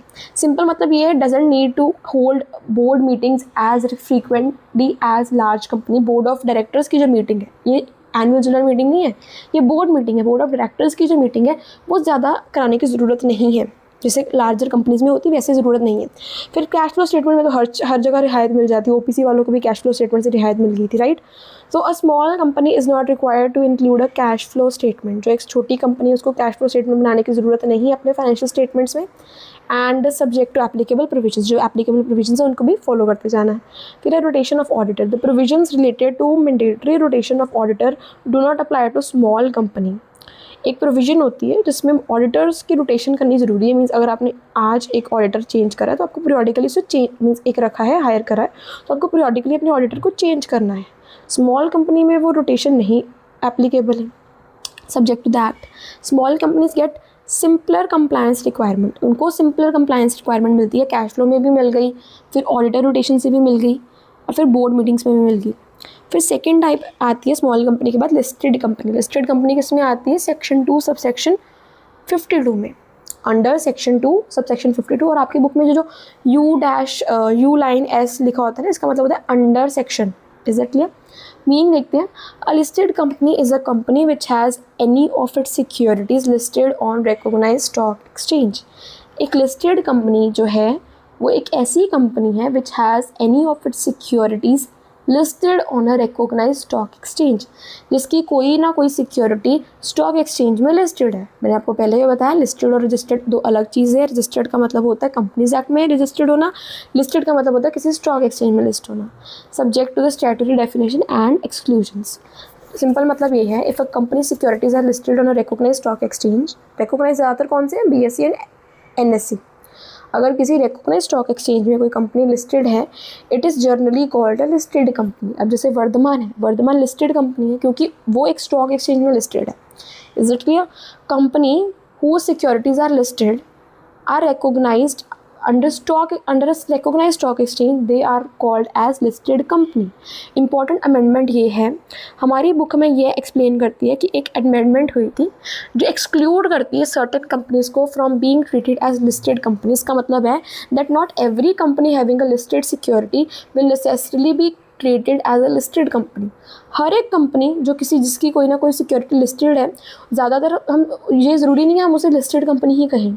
For the purpose of companies act, companies not considered listed companies are certain public companies, certain private companies. इनको पढ़ते हैं. certain public company में public company that has not listed its equity shares on recognized stock exchange. कोई भी private company जिसने अपनी securities तो list करवाई हुई हैं, लेकिन उन सिक्योरिटीज़ में, अब सिक्योरिटीज़ तो आपको पता है ना, सिक्योरिटीज़ बहुत सारे तरीक़ों की होती है, bonds, debentures, shares, is that clear? तो जो इक्विटी शेयर्स है, अब उस पब्लिक कंपनी ने अपने इक्विटी शेयर्स को स्टॉक एक्सचेंज में लिस्ट नहीं करवाया हुआ, तो एक पब्लिक कंपनी कहलाने के लिए तो आपको अपनी इक्विटी शेयर्स को तो पब्लिक में सब्सक्राइब करवाना पड़ता है, but has listed it's non convertible debt securities through private placement, non convertible redeemable preference shares through private placement, और बोथ। आपने ये चीज़ें non convertible debt securities, non convertible redeemable preference shares जो हैं, आपने वो अपने स्टॉक एक्सचेंज में लिस्ट करवाए हैं, तब आप एक लिस्टेड कंपनी नहीं कहलाओगे, क्योंकि आपने अपने इक्विटी शेयर्स नहीं लिस्ट करवाए। And certain private companies, a private company which has listed it's non convertible debt securities through private placement on private placement का सिंपल मतलब है कि आपने अपने नियर एंड डियर वन से, मतलब फैमिली मेम्बर्स, फ्रेंड्स से, अपने एक्वेंटेंस वाले लोगों से जब आपने लिस्ट करवाया, तो उसे हम प्राइवेट प्लेसमेंट बोलते हैं। जब आपने एक private company, being a private company, आपने नॉन कन्वर्टेबल डेट सिक्योरिटीज़ को प्राइवेट प्लेसमेंट के थ्रू रिकॉग्नाइज करवा लिया स्टॉक एक्सचेंज में, तब आप लिस्टेड कंपनी नहीं कहलाओगी, because it is through a private placement, not by subscribing it through public by taking help of a stock exchange. Is that clear? Next, third आता है certain public companies with foreign listing. Public company whose equity shares are not listed on a recognized Indian stock exchange. एक ऐसी public company जिसके जो equity shares हैं वो Indian stock exchange में recognise नहीं है, but are listed on a stock, जैसे न्यूयॉर्क स्टॉक एक्सचेंज में हो गया हो, but are listed on a stock exchange in a jurisdiction permitted under section 23 subsection 3, लेकिन वो किस स्टॉक एक्सचेंज में लिस्टेड है? जो फॉरेन का कोई स्टॉक एक्सचेंज है, वो कौन, और वो भी ये जो प्रोविज़न है कौन स्पेसिफाई कर रहा है? हमारा सेक्शन 23 सबसेक्शन 3। सो आप ऐसे मत समझो कि any listed security means a listed company. The companies act provide specific exclusions, means कुछ चीज़ों को एक्सक्लूड कर रही है, और वो क्या एक्सक्लूड कर रही है? कुछ पब्लिक कंपनी जिनकी इक्विटी शेयर्स नहीं लिस्टेड, कुछ प्राइवेट कंपनीज जो प्राइवेट प्लेसमेंट से करवा रही है, ना कि स्टॉक एक्सचेंज के थ्रू, और जो वो पब्लिक कंपनी जिनकी फॉरेन एक्सचेंजेस में लिस्टिंग है। अब थर्ड टाइप आता है, स्मॉल कंपनी हो गया, लिस्टेड कंपनी हो गया। अब आता है डोरमेट कंपनी। डोरमेंट आपने शेयर सुने होंगे, डोरमेंट शेयर्स या फिर डोरमेंट डिबेंचर्स, और डिबेंचर्स तो क्या, शेयर्स ही सुने होंगे। तो कुछ ना डोरमेंट शेयर्स होते हैं, उनका मतलब क्या होता है? वो पार्टिसिपेटिंग नहीं होते, वो स्लीपिंग होते हैं। डोरमेंट को हम स्लीपिंग भी बोलते हैं। वो उनका ज़्यादा एक्टिवली पार्टिसिपेट नहीं करते, मीन्स वो होते तो हैं, लेकिन उनका कोई काम नहीं होता। तो वैसे ही डोरमेंट कंपनीज होती तो हैं, बट दे आर इनएक्टिव। ये बहुत इंपॉर्टेंट है, बहुत ही आसान टॉपिक है। A company may be registered for a future project, एक ऐसी कंपनी जो रजिस्टर्ड हमने करवा ली है, इनकॉर्पोरेट करवा ली, लेकिन किसी फ्यूचर प्रोजेक्ट के लिए अभी वो इनएक्टिव है। होल्डिंग एन एसेट मीन्स उसने कोई एसेट ले लिए हैं, कोई इंटेलेक्चुअल प्रॉपर्टी ले ली है अभी, जो फ्यूचर में वो काम उसके अकॉर्डिंग करेगी। बस वो मतलब या तो एसेट लेके बैठ गई है, या फिर इंटेलेक्चुअल प्रॉपर्टी राइट्स लेके होल्ड कर रही है, या फिर किसी फ्यूचर प्रोडक्ट के लिए अभी इनकॉर्पोरेट हो गई है, may not have significant accounting transactions, जिसके आज प्रेजेंट सिनेरियो में कोई अकाउंटिंग ट्रांजेक्शंस नहीं है, ना कोई सेल परचेज नहीं है, कोई एसेट का सेल परचेज नहीं है, राइट। तो such company can apply to the registrar for dormant company status. तो वो रजिस्ट्रार को अप्लाई करेगी कि आप मुझे डोरमेंट कंपनी स्टेटस दे दो। एग्जाम्पल से समझते हैं, suppose the company is created today to undertake a project after 5 year, 5 साल के बाद प्रोजेक्ट होगा हमारी कंपनी का, हमने आज ही इनकॉर्पोरेट करवा लिया अपने आप को। So for the next few years, the company will exist, but it is not an active business. It is meant for a future product. So अब वो रजिस्ट्रार के साथ डोरमेंट स्टेटस के लिए अप्लाई कर लेगी, मतलब इनएक्टिव कंपनी। अब इनएक्टिव कंपनी क्या होती है? Inactive company is one which has not been carrying on business or operations or has not made significant accounting transactions during the last 2 financial years. ऐसी कंपनी जो ना ही कोई बिजनेस ऑपरेशन कर रही है फिलहाल, ना ही पिछले 2 सालों से उसने कोई अकाउंटिंग ट्रांजेक्शन करी है 2 साल फाइनेंशियल ईयर्स में, पिछले 2 फाइनेंशियल ईयर्स में, and has not filed financial statements. उसने कोई फाइनेंशियल स्टेटमेंट्स नहीं सबमिट करी है, कोई एनुअल रिटर्न नहीं सबमिट करी। अब एनुअल रिटर्न्स क्या होती है? टैक्स अथॉरिटी को अपने बिजनेस की डिटेल्स देनी, कितना हमने कमाया, कितना हमने दिया है ड्यूरिंग लास्ट 2 फाइनेंशियल ईयर्स। उसने अकाउंटिंग हमारे इनकम टैक्स डिपार्टमेंट को कोई रिटर्न्स या फिर कॉर्पोरेट टैक्स डिपार्टमेंट को कोई रिटर्न्स नहीं दिए अभी तक पिछले 2 फाइनेंशियल ईयर्स में। सो सिग्निफिकेंट अकाउंटिंग ट्रांजेक्शंस क्या होती है? ऐसी ट्रांजेक्शंस, अब ये ना एक के बाद एक टॉपिक आ रहा है। हमने डोरमेंट देखा, डोरमेंट हमने समझा वो इनएक्टिव कंपनी। इनएक्टिव कंपनी क्या होती है वो हमने ये सब कुछ देखा। अब फाइनेंशियल स्टेटमेंट्स में भी हमने ऊपर एक पॉइंट पढ़ा अकाउंटिंग ट्रांजेक्शन। अब सिग्निफिकेंट अकाउंटिंग ट्रांजेक्शन क्या होती है? ऐसी transactions which are not treated as significant accounting transactions for this purpose, वो इस पर्पज़ के लिए सिग्निफिकेंट नहीं होती, उनमें ROC फीस आती है। अब अकाउंटिंग ट्रांजेक्शन में तो cell purchase of goods on the assets होते हैं ना। अगर आप रजिस्ट्रार को फीस दे रहे हो, कंप्लायंस लीगल कंप्लायंस की पेमेंट कर रहे हो, शेयर्स की अलॉटमेंट करवा रहे हो, मतलब ओनरशिप दे रहे हो लोगों की, ऑफिस का मेंटेनेंस खर्चा पे कर रहे हो, तो वो आपका कोई बिजनेस ट्रांजेक्शन थोड़ी है। These are not meant to be a significant transaction. Payment of fee by the company to the registrar is not a significant business transaction. Payment made to fulfil the requirement of the companies act or any other law. ये तो आपको करना ही पड़ेगा ना, ये business transaction थोड़ी है, ये तो प्रीलिमिनरी एक्सपेंसेस है just. Allotment of shares made to fulfil the requirement of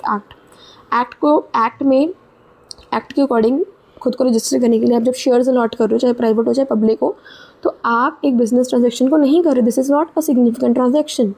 आप पेमेंट दे रहे हो for maintaining the company's office and the records, right. So dormant का मतलब है company is legally alive, legally वो जिंदा है, वो लॉ की भाषा में भी, लॉ की नज़रों में भी वो है, बट कमर्शियली इज़ इनएक्टिव, कोई काम नहीं करी, कोई ऑपरेशन नहीं कर रही।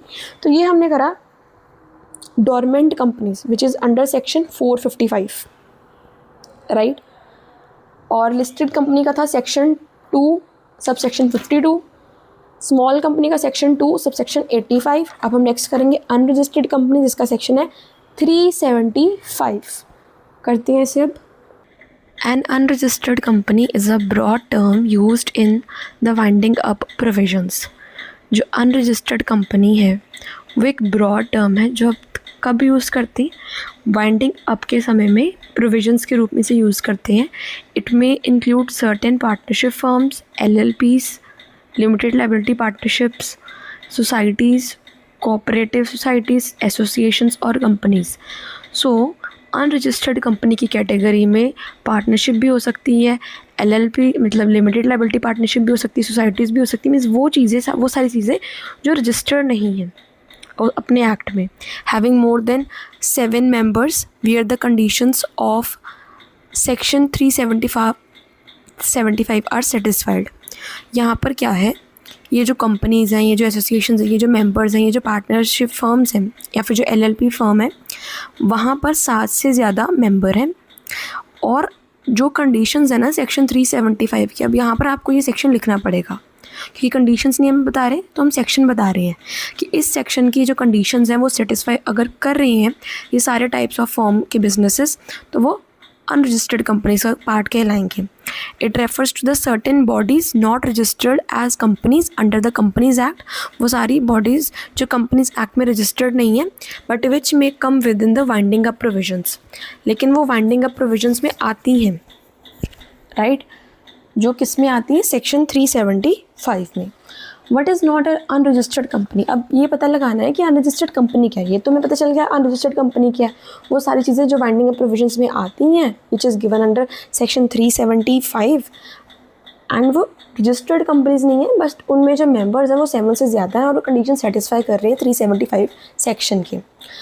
तो ये भी पता लगाना पड़ेगा कि अनरजिस्टर्ड कंपनी क्या होती है। The term doesn't include certain entities specially included by the act, included by the act.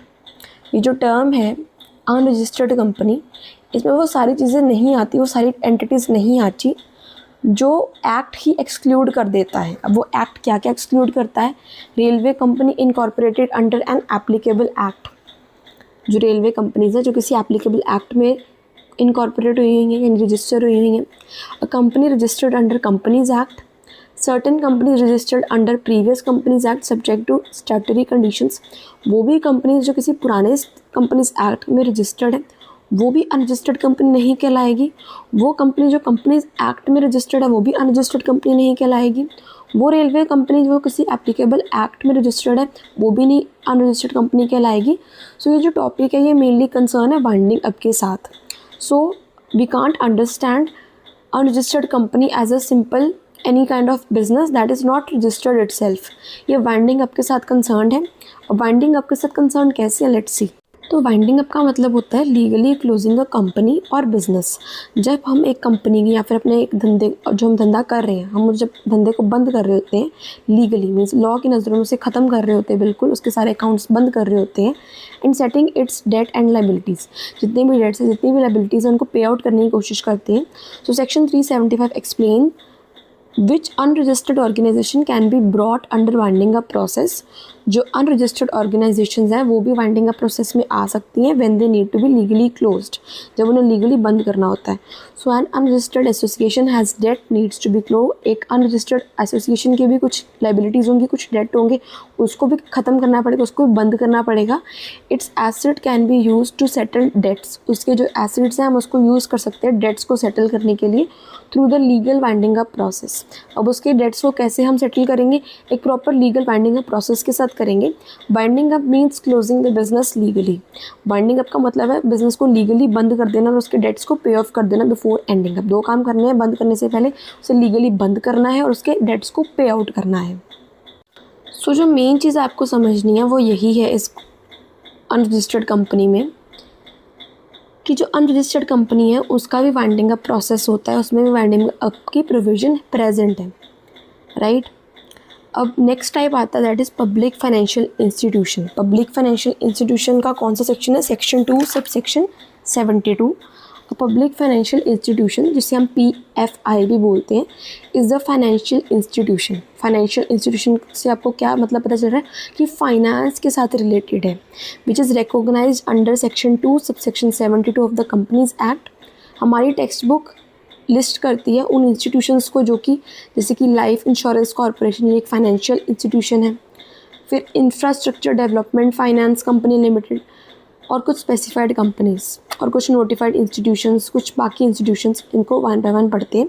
Start करते हैं life insurance corporation of India से, जिसे हम LIC बोलते हैं। LIC was established under life insurance corporation act 1956। This is very prominent year, you have to learn this कि life insurance corporation act 1956 वाला है। फिर infrastructure development finance company limited, it was referred to be a relevant provision. Infrastructure जो development finance company limited थी, ये एक relevant provisions के अंदर रेफर्ड है।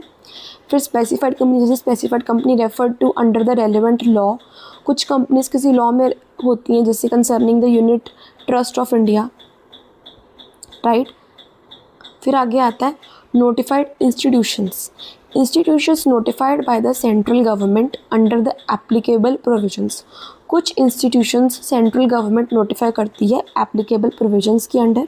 फिर अदर इंस्टीट्यूशंस, ये ज़्यादा इंपॉर्टेंट नहीं है, is it clear. Other institutions में also be notified by the central government in consultation with the reserve bank of India.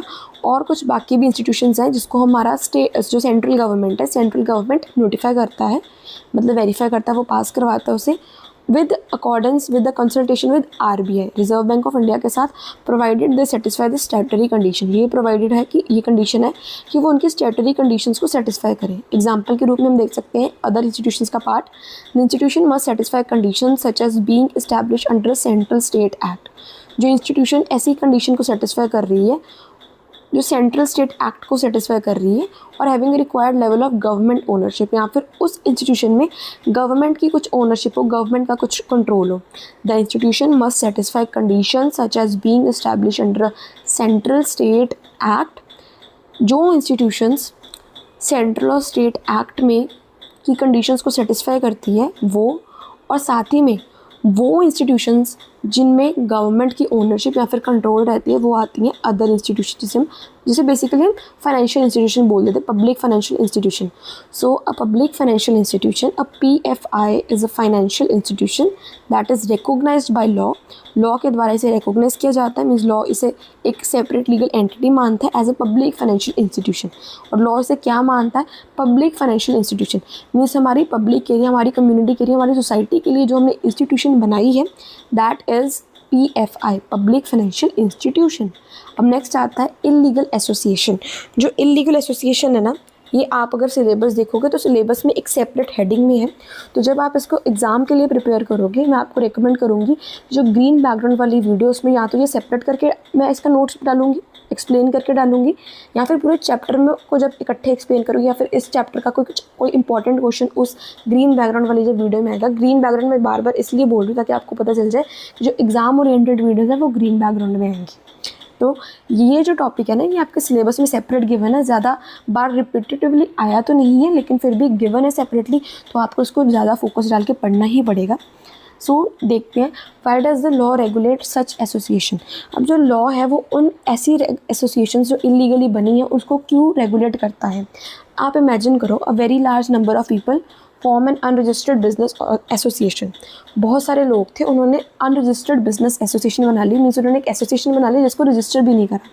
It become difficult to outsider to know who exactly am I dealing with. Outsider को तो पता ही नहीं है ना कि मैं किसके साथ डील कर रहा हूँ। Therefore, the law places restrictions on large incorporated business associations। इस वजह से जो लॉ है वो कुछ restrictions लगाता है बड़ी बड़ी large incorporated, unincorporated, बड़ी बड़ी unregistered, unincorporated business organizations के ऊपर restrictions लगाता है। बेसिक रूल ये कहता है, an association और partnership formed for carrying on a business for profit। एक ऐसी एसोसिएशन, एक ऐसी पार्टनरशिप जो बिजनेस कैरी कर रही है प्रॉफिट कमाने के लिए, can't operate with more than prescribed number of persons. वो एक प्रिस्क्राइब्ड नंबर ऑफ पर्सन से ज़्यादा लोगों के साथ काम नहीं कर सकती unless it is registered as a company, जब तक वो अपने आप को एक कंपनी की तरह ना रजिस्टर कर ले, या फिर formed under another applicable law, या फिर किसी और एप्लीकेबल लॉ के अंडर वो ना बन जाए। मीन्स अगर आपको ज़्यादा मात्रा में के लोगों में काम करना है तो आपको या तो कंपनी बनानी पड़ेगी, कंपनी की फॉर्म में रजिस्टर करवाना पड़ेगा, या फिर आपको किसी और लॉ के अंदर फॉर्म होना पड़ेगा। The limit traditionally discussed in our book is banking business के लिए मोर देन 10 पर्सन्स। मीन्स अगर आपने बैंकिंग बिजनेस करना है तो 10 लोगों से ज़्यादा करने के लिए आपको कंपनी बनानी पड़ेगी।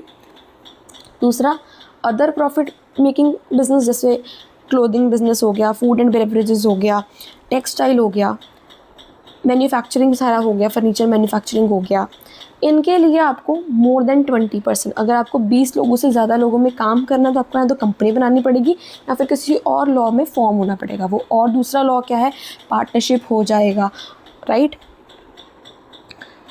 Such an association would be illegal. अगर आप बिज़नेस ज़्यादा लोगों में काम कर रहे हो और रजिस्टर्ड नहीं हो तो आपका जो एसोसिएशन है वो इलीगल हो जाएगा if it operates in violation of section 464। और ये किसकी वायलेशन में काम कर रहा है, सेक्शन 464 की वायलेशन में काम कर रहा है। अब इसके बिना कुछ एक्सेप्शंस हैं, मीन्स इलीगल एसोसिएशन से कोई चीज़ें बच सकती हैं। जैसे हिंदू अनडिवाइडेड फैमिली बिजनेस हम पढ़ते थे, प्रोफेशनल सर्विसेज जो देते हैं वो इससे बच जाते हैं। जो सेक्शन 462 का सब सेक्शन 2 है वो ये प्रोवाइड करता है that restrictions doesn't apply to. ये जो रिस्ट्रिक्शंस है ना इलीगल एसोसिएशन की, ये हिंदू अनडिवाइडेड फैमिली बिजनेस के ऊपर नहीं लगा रहे क्योंकि वो अनरजिस्टर्ड ही रहते हैं। और Hindu undivided family business carrying on business is excluded, वो इलीगल एसोसिएशन का पार्ट नहीं है। फिर प्रोफेशनल्स, एन एसोसिएशन और partnership form by professionals governed by government act is also excluded. एक ऐसी एसोसिएशन या फिर एक ऐसी पार्टनरशिप जो प्रोफेशनल्स के द्वारा फॉर्म्ड है which are governed by special act. अगर कोई सीए है, अगर कोई सीएस है तो उसका एक एक्ट है, इंडियन इंस्टीट्यूट एक ऑर्गेनाइजेशन है, वो उसको कंट्रोल कर रही है उस प्रोफेशनल पर्सन को, तो वहाँ पर वो भी एक्सक्लूडेड मानी जाएगी इलीगल एसोसिएशन से। क्या कॉन्सिक्वेंसेस है इलीगल एसोसिएशन के, a member of an association और partnership carrying on business in contravention of pre provisions में बी लायबल टू पेनल्टी। जो इलीगल एसोसिएशन को में काम करता है यानी कि अपने एसोसिएशन को रजिस्टर्ड नहीं करवा रहा है किसी एक्ट में या फिर एज अ कंपनी, तो वो पेनल्टी के लिए लायबल होगा वो मेंबर, वो एसोसिएशन, उस एसोसिएशन का मेंबर। और साथ ही में पर्सनली लायबल होगा लायबिलिटीज़ के लिए जो बिज़नेस के इनकर हुई है, क्योंकि उसकी जो लायबिलिटी है वो अनलिमिटेड मानी जाएगी। उसकी पर्सनल लायबिलिटी अराइज होगी अगर कोई डेट इनसफिशिएंट रहेगा। फिर टू मैनी पर्सन, बहुत सारे लोग, अगर सिंपल आपको रिवीजन करवा रही हूँ, जब बहुत सारे लोग होंगे और वो अनरजिस्टर्ड प्रॉफिट मेकिंग एसोसिएशन चला रहे होंगे जिसका कोई लीगल एक्सेप्शन नहीं है, तो वो इलीगल एसोसिएशन कहलाई जाएगी। बहुत आसान था। जब इसे और डिटेल में करेंगे तो इसमें और कंटेंट ऐड ऑन करेंगे, ये थोड़ा कम है कंटेंट। फिर आगे आता है producer company. Producer company is a company formed mainly for the benefit of producers. Producer company एक ऐसी कंपनी है जो प्रोड्यूसर्स के बेनिफिट के लिए बनती है। हमारी जो टेक्स्ट बुक है वो कुछ प्रोविजंस को रेफ़र कर रही है, originally associated with the producer company framework. जो किसके साथ एसोसिएटेड है? प्रोड्यूसर कंपनी फ्रेमवर्क के साथ ही एसोसिएटेड है। जो कौन दे रहा है? कंपनीज एक्ट 1956 दे रहा है and the latter provisions under companies act 2013। और 1956 की कंपनीज एक्ट के बाद जो प्रोविजंस है वो कौन दे रहा है? Companies act 2013। आपको आपकी जानकारी के लिए बता दूँ, जो LIC का एक्ट है वो भी 1956 है, जो पुराना कंपनीज एक्ट है वो भी 1956 है। ठीक है। अब मेन आइडिया क्या है प्रोड्यूसर कंपनी का? A producer company works for the mutual benefits of its producer members. Producer company क्या होगी? बहुत सारे प्रोड्यूसर्स होंगे, वो अपनी एक कंपनी बना लेंगे। तो जो प्रोड्यूसर कंपनी है वो किसके लिए काम करेगी? सभी प्रोड्यूसर जो मेंबर हैं, जो प्रोड्यूसर भी और मेंबर भी हैं, उनके म्यूचुअल बेनिफिट के लिए काम करेगी। मीन्स कलेक्टिवली उनका बेनिफिट प्रेजेंट हो उस काम के लिए।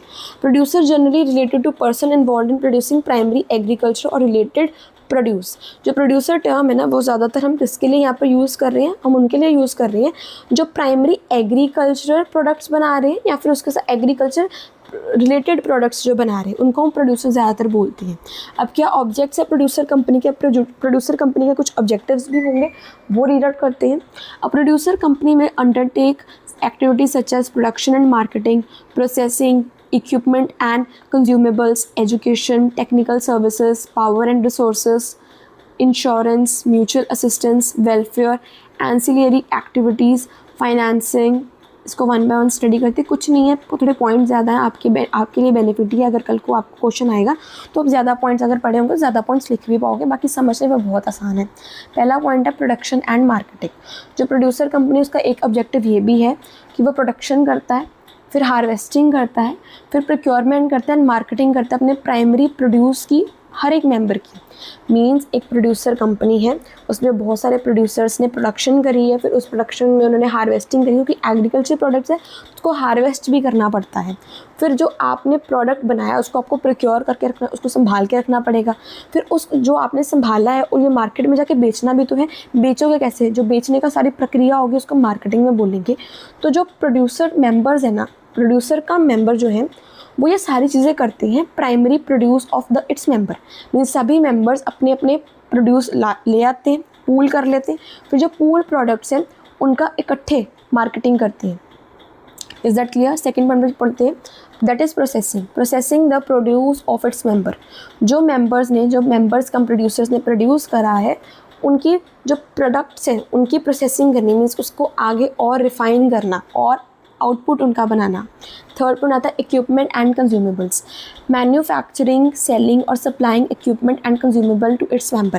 प्रोड्यूसर कंपनी में अपने मेंबर्स को एक दूसरे में मैन्युफैक्चरिंग करने वाले इक्विपमेंट्स, सेलिंग करने वाले इक्विपमेंट्स, मीन्स कैसे सेल करना है, सप्लाई कैसे करना है, वो सारे टूल्स जो हैं, वो सारे इक्विपमेंट्स क्या है, उनकी नॉलेज देना या फिर वो खुद करके देना, वो सारी चीज़ें मेंबर्स को करके दी जाती हैं। मेंबर्स आपस में एसोसिएशन बना लेते हैं और वो आपस में एक दूसरे की मदद करते हैं। म्यूचुअल बेनिफिट के लिए बेसिकली काम होता है। Education, providing education based on mutual assistance principle. Mutual assistance principle के रिगार्डिंग उनको एजुकेशन देनी कि हमने मिल बांट के काम करना है, हमने सबका काम करना है। मीन्स अगर आप मैन्युफैक्चर करो तो मैं भी मैन्युफैक्चर करूँगी, अगर आपकी प्रोसेसिंग हो रही है मेरी भी प्रोसेसिंग होगी, अगर आपकी कल को सेलिंग होगी तो हम सबकी सेलिंग होगी, हमको सबको मिलाकर साथ में चलना है। फिर technical services, providing technical services. यहाँ पे जो प्रोड्यूसर कंपनी है वो एक दूसरे अपने मेंबर्स को टेक्निकल सर्विसेज भी देते हैं, जिनको नहीं ज़्यादा पता होता है, जिनको नॉलेज नहीं होती उनको प्रोवाइड करते हैं। फिर कंसल्टेंसी सर्विसेज देते हैं, उनको गाइड करते हैं कि अगर आपको कोई प्रॉब्लम आ रही है तो आप उसका कैसे सोल्यूशन निकालोगे, मीन्स गाइडेंस प्रॉपर मिलती है। And other activities promoting members interest, और बाकी एक्टिविटीज़ भी करते हैं जिससे मेंबर का इंटरेस्ट और बढ़ेगा प्रोड्यूसर कंपनी के अंदर। फिर power and resources, activities related to generation, transmission, distribution of power, land and water resources, their conservation and use where related to primary produce. जो प्रोड्यूसर कंपनी है वो आपस में पावर यानी बिजली की कैसे जनरेशन, उसको कैसे अपने इक्विपमेंट्स तक पहुंचाना है, कैसे डिस्ट्रीब्यूट करना है। मीन्स देखो ना, अगर आप एग्रीकल्चर प्रोडक्ट्स प्रोड्यूस कर रहे हो तो वो कितने ज़्यादा खेतों में हम काम करते हैं, तो पूरे जगह पे, पूरे खेत के हर एक पोर्शन में आपको कैसे पावर को ट्रांसमिट करवाना है, वो सारी जो फैसिलिटीज़ हैं वो सारी प्रोवाइड करते हैं मेंबर्स एक दूसरे को। लैंड देते हैं, वाटर रिसोर्सेज देते हैं, एक दूसरे के साथ शेयर करते हैं। कंजर्वेशन कैसे करनी है अपने प्रोडक्ट्स की या फिर अपने रिसोर्सेज की, उनको कैसे सही ढंग से इस्तेमाल करना है। तो प्राइमरी प्रोड्यूस के साथ रिलेटेड सारी चीज़ें होती हैं। फिर इंश्योरेंस में हम देखते हैं providing insurance related to producers as a primary produce. Producers जो हैं वो एक दूसरे के जो प्राइमरी प्रोड्यूस है उसकी इंश्योरेंस भी करवाते हैं। फिर mutual assistance, promoting mutuality and mutual assistance among members. Members आपस में म्यूचुअलिटी को प्रमोट करते हैं, म्यूचुअल असिस्टेंस को प्रमोट करते हैं। फिर आता है welfare. It means the producer company can provide useful benefits and facilities to its member. जो प्रोड्यूसर कंपनी है वो अपने मेंबर्स को useful facilities and benefits provide करती है। The board of directors of that producer company decided to do so. Example है जैसे कि प्रोवाइडिंग ट्रेनिंग और एजुकेशन, प्रोवाइडिंग हेल्थ और welfare facilities, providing other useful support to producer members. So the company can provide welfare benefits to its members accordingly to the board decision। जो board of directors का decision होगा उसके accordingly वो सारे benefits अपने members को provide करेगी। ये पॉइंट हमें कह रहा है। फिर नेक्स्ट पॉइंट आता है ancillary activities, carrying out other activities incidental और ancillary to the above activities. वो सारे काम भी करना जो इंसिडेंटल है, मीन्स कुछ चीज़ें हमें विद टाइम करनी पड़ती हैं। मीन्स हमें पहले डिसाइडेड नहीं होता कि हमारे मेंबर्स को इस चीज़ की ज़रूरत भी पड़ेगी, लेकिन जब उन्हें ज़रूरत पड़े तो हम बीइंग अ प्रोड्यूसर का member of that particular producer company we should help each other. तो हमें इंसिडेंटल एक्टिविटीज़ भी करवानी पड़ती हैं, ठीक है। फिर है financing. Financing activities such as procurement, processing, marketing. अब आपको फाइनेंस करवाना है जो प्रोड्यूस हम सब ने मिलाया है। अब मैं आपको कैसे एग्जांपल देके बता रही हूँ कि हम सब एक प्रोड्यूसर कंपनी के मेंबर हैं। अब हम सभी ने कुछ ना कुछ प्राइमरी प्रोड्यूस करा होगा, यानी प्राइमरी प्रोडक्ट प्रोड्यूस करा होगा। वो जो प्रोडक्ट है उसको प्रोक्योर करके, उसकी प्रोसेसिंग करवा के, मार्केटिंग करवा के, सेलिंग जो करवानी है, मीन्स अपने प्रोडक्ट को सेल करवा के अपनी जेब में जब पैसा लाने की बारी आती है, जब फाइनेंस करवाने की बारी आती है, तो वो चीज़ें भी हमने मिलके करवानी है। एंड प्रोवाइडिंग क्रेडिट फैसिलिटीज़ और other financial services to members subject to law. जो लॉ हमें अप्रूव कर रहा है बीइंग अ प्रोड्यूसर कंपनी की आप ये सब चीज़ें कर सकते हो, उसमें हमें क्रेडिट फैसिलिटीज़ भी देनी है और एक दूसरे को फाइनेंशियल सर्विसेज भी देनी है। मेन ऑब्जेक्टिव प्रोड्यूसर कंपनी का यही है। Company is form to promote the economic interest of producer cum member. यहाँ पर प्रोड्यूसर कम मेंबर आप समझो इसे, जो लाइन है ना बीच में, that is producer cum member. जो कंपनी है वो फॉर्म हुई है, प्रोड्यूसर कंपनी क्यों फॉर्म हुई है, ये प्रमोट करने के लिए कि जो प्रोड्यूसर या फिर प्रोड्यूसर कम मेंबर का जो इकोनॉमिक इंटरेस्ट है उसको और बढ़ावा देने के लिए कि और भी लोग प्रोड्यूसर बने एग्रीकल्चर प्रोडक्ट्स के primarily. It should primarily deal with the produce of its active members. जो प्रोड्यूसर कंपनी है उसको किसके प्रोड्यूस के साथ डील करना है, जो उस प्रोड्यूसर कंपनी के एक्टिव मेंबर्स हैं उनके प्रोड्यूस के साथ डील करना है। ये नहीं कि बाहर से वो चीज़ें मंगवाएं और फिर बेचें ना, जो उसके मेंबर्स ने प्रोड्यूस करा है वो मेंबर लाकर प्रोड्यूसर कंपनी को दे दे, फिर प्रोड्यूसर कंपनी पूल करके उसको सेल करवाए, उसको फाइनेंस करवाए। अब नेक्स्ट टाइप का हमारा आता है गवर्नमेंट कंपनी, और इसी के साथ बहुत जल्दी जल्दी हमारा चैप्टर ख़त्म भी हो रहा है। नेवरलेस बहुत सारे बच्चों को लग रहा होगा कितना लेंथी चैप्टर है, बट काफ़ी ईजी अगर आपने ध्यान से पढ़ा होगा। अदरवाइज आप फिर से वीडियो को देख सकते हो, चाहे 2x पर देख लो। नेक्स्ट है गवर्नमेंट कंपनी। गवर्नमेंट कंपनी का सेक्शन 2 सब सेक्शन 45 है। A government company is a company in which not less than 51% of the paid up share capital is held by central government, one or more state governments, partly by central government, partly by one or more state government. एक government company एक ऐसी form of company है जिसमें उसका 51% से कम जो paid up share capital है central government, means तकरीबन आप ऐसे समझो कि गवर्नमेंट कंपनी वो कंपनी है जिसका कम से कम 51% paid up share capital, means अगर 100 शेयर्स हैं एक कंपनी में तो उन 100 शेयर में से 51 शेयर्स से ज़्यादा सेंट्रल गवर्नमेंट के पास है, या फिर किसी स्टेट गवर्नमेंट या फिर स्टेट गवर्नमेंट्स के पास है, या फिर थोड़ा सेंट्रल गवर्नमेंट थोड़ा स्टेट गवर्नमेंट, मतलब बेसिकली सरकार के पास है, फिर वो चाहे स्टेट की हो कि सेंट्रल की हो। अब एग्जांपल है कि गवर्नमेंट ओनरशिप 55% रखती है, it can be a government company. लेकिन अगर गवर्नमेंट ओनरशिप 40% है, it doesn't satisfy 51% requirement, merely on that basis it is not a government company, it is a subsidiary. So it is a subsidiary of a government company. So subsidiary of a government company is also treated as government company under section 2 subsection 45, जहाँ पर जो company government company की subsidiary कहलाती है, means एक government company है, उसकी कोई सब्सिडरी कंपनी है, मीन्स एक तो होगी गवर्नमेंट कंपनी वो कैसे कहलाई कि उसका 51% जो ओनरशिप है वो सरकार के पास है। अब उसी 51% ओनरशिप वाली सरकार वाली कंपनी की एक और कंपनी है,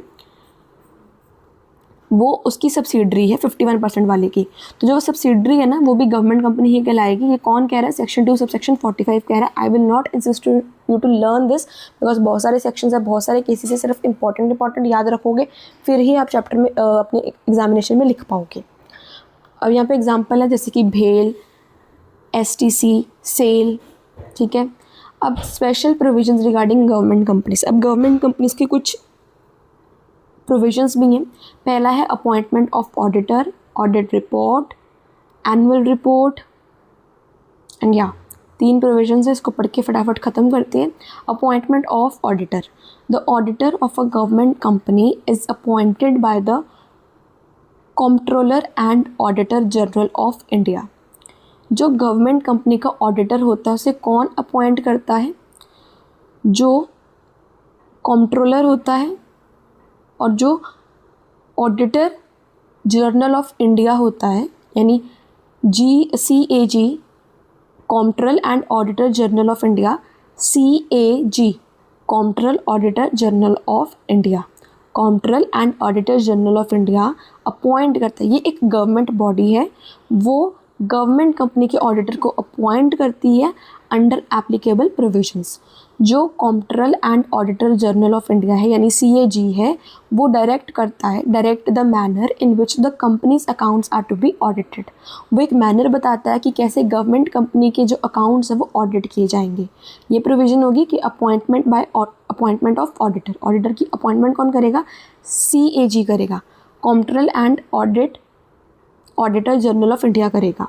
कौन अपॉइंट करेगा? क्या अपॉइंट करेगा? ऑडिटर अपॉइंट करेगा जो गवर्नमेंट कंपनी के अकाउंट्स को ऑडिट करेगा। फिर दूसरा है audit report. The auditor submit a company, जो ऑडिटर आपने अब अपॉइंट कर लिया, वो ऑडिटर क्या करेगा? सबमिट करेगा a copy of audit report to control and auditor general of India. वो CAG को वो सारी ऑडिट रिपोर्ट देगा। अब जो CAG है वो कमेंट ऑन द रिपोर्ट, या तो वो रिपोर्ट के ऊपर कुछ कमेंट, अपनी कुछ टिप्पणी देगा, या फिर सप्लीमेंट द रिपोर्ट को थोड़ा बढ़ाने के लिए कहेगा, उसमें कुछ ऐड ऑन करने को कहेगा। These comments and supplementary reports are placed before annual general meeting.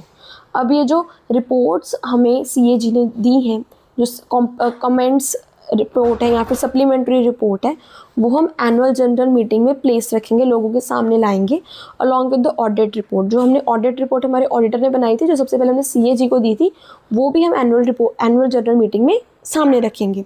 हमारे मेंबर्स ज़्यादातर गवर्नमेंट ही होंगी और थोड़े बहुत पब्लिक में इशू किए होंगे, पब्लिक ने सब्सक्राइब करे होंगे। फिर आएगा annual report. When the central government is a member, जब तो सेंट्रल गवर्नमेंट एक मेंबर है, and annual report on the companies working and affairs is prepared.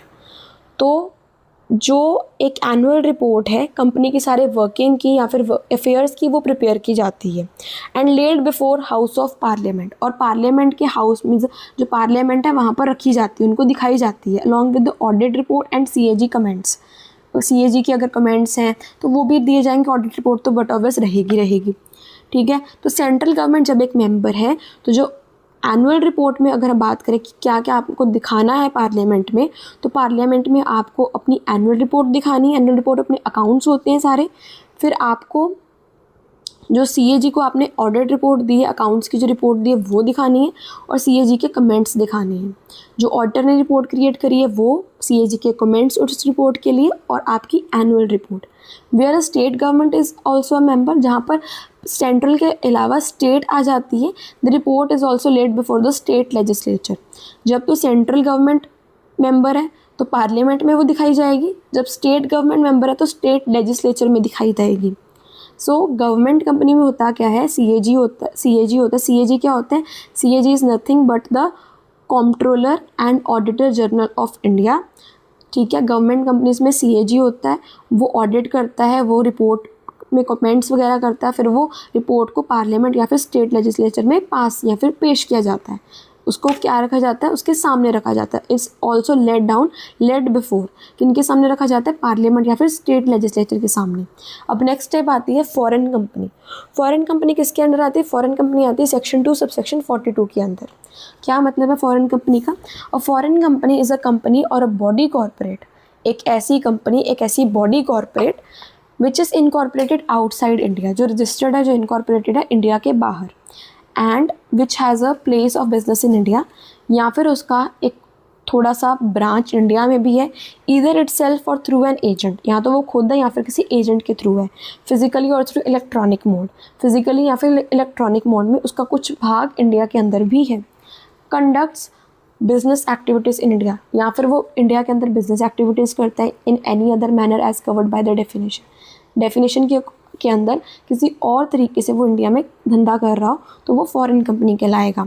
जो हमें दो चीज़ें याद करनी है वो ये है, जो फॉरेन में इनकॉर्पोरेटेड है और बिजनेस प्रेजेंट या फिर एक्टिव है इंडिया के अंदर, एक्टिविटीज़ कर रहे हैं इंडिया के अंदर, उसे हम फॉरेन कंपनी बोल देंगे अंडर सेक्शन 2 सबसेक्शन 42। अब इलेक्ट्रॉनिक मोड क्या होता है? कई बार जो बिजनेसेस है वो इलेक्ट्रॉनिक मोड में काम करते हैं। उसका मतलब क्या है? The rule explain electronic mode broadly to include electronic business activities such as business to business transaction, business to customer transaction और online services, digital supply services, web based, बहुत सारी चीज़ें के ऑनलाइन मोड है। या तो आप बिज़नेस टू बिज़नेस काम कर रहे हो, मीन्स आप खुद एक बिज़नेस हो और प्रोडक्ट्स भी बिजनेसेस के लिए बना रहे हो। फिर आप खुद एक बिज़नेस हो और आप कस्टमर्स के लिए प्रोडक्ट बना रहे हो, मीन्स उनको आप दे रहे हो, उनमें ट्रांसमिट कर रहे हो।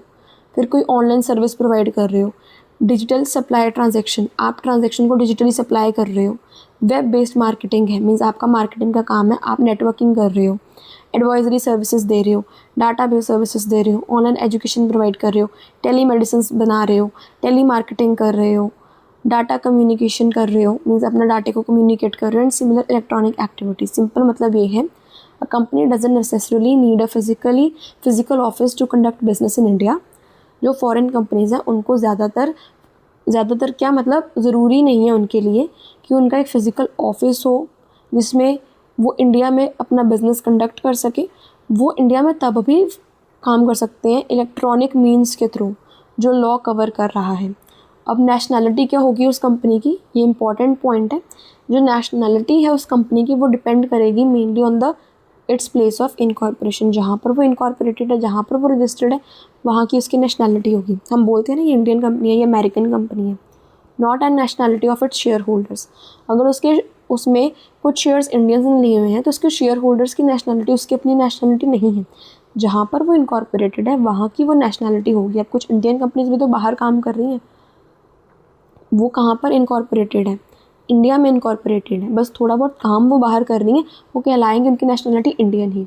एग्जाम्पल है, a company is incorporated India plus it is also having share holders as foreigners, so वो कहलाएगी तो इंडियन कंपनी क्योंकि वो इंडिया में इनकॉर्पोरेटेड है। दूसरी एग्जाम्पल है, एक कंपनी इनकॉर्पोरेटेड है इंग्लैंड में और उसके कुछ शेयर होल्डर्स इंडियन है, तब भी वो ब्रिटिश कंपनी कहलाएगी क्योंकि वो इंग्लैंड में इनकॉर्पोरेटेड है।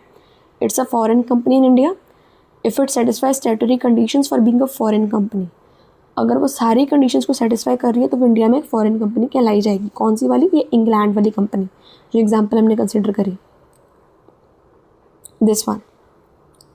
फिर उसके बाद हमें ये चीज़ याद करनी है कि कंपनी की नेशनैलिटी उसकी इनकॉर्पोरेशन के ऊपर बेस्ड है, ना कि शेयर होल्डर्स की नेशनैलिटी के ऊपर। अब 10th टाइप की कंपनी आती है जो लास्ट कंपनी है, और ये भी हमारे सिलेबस में अलग से गिवन है। जैसे इलीगल एसोसिएशन अलग से गिवन है ना, ये भी अलग से गिवन है।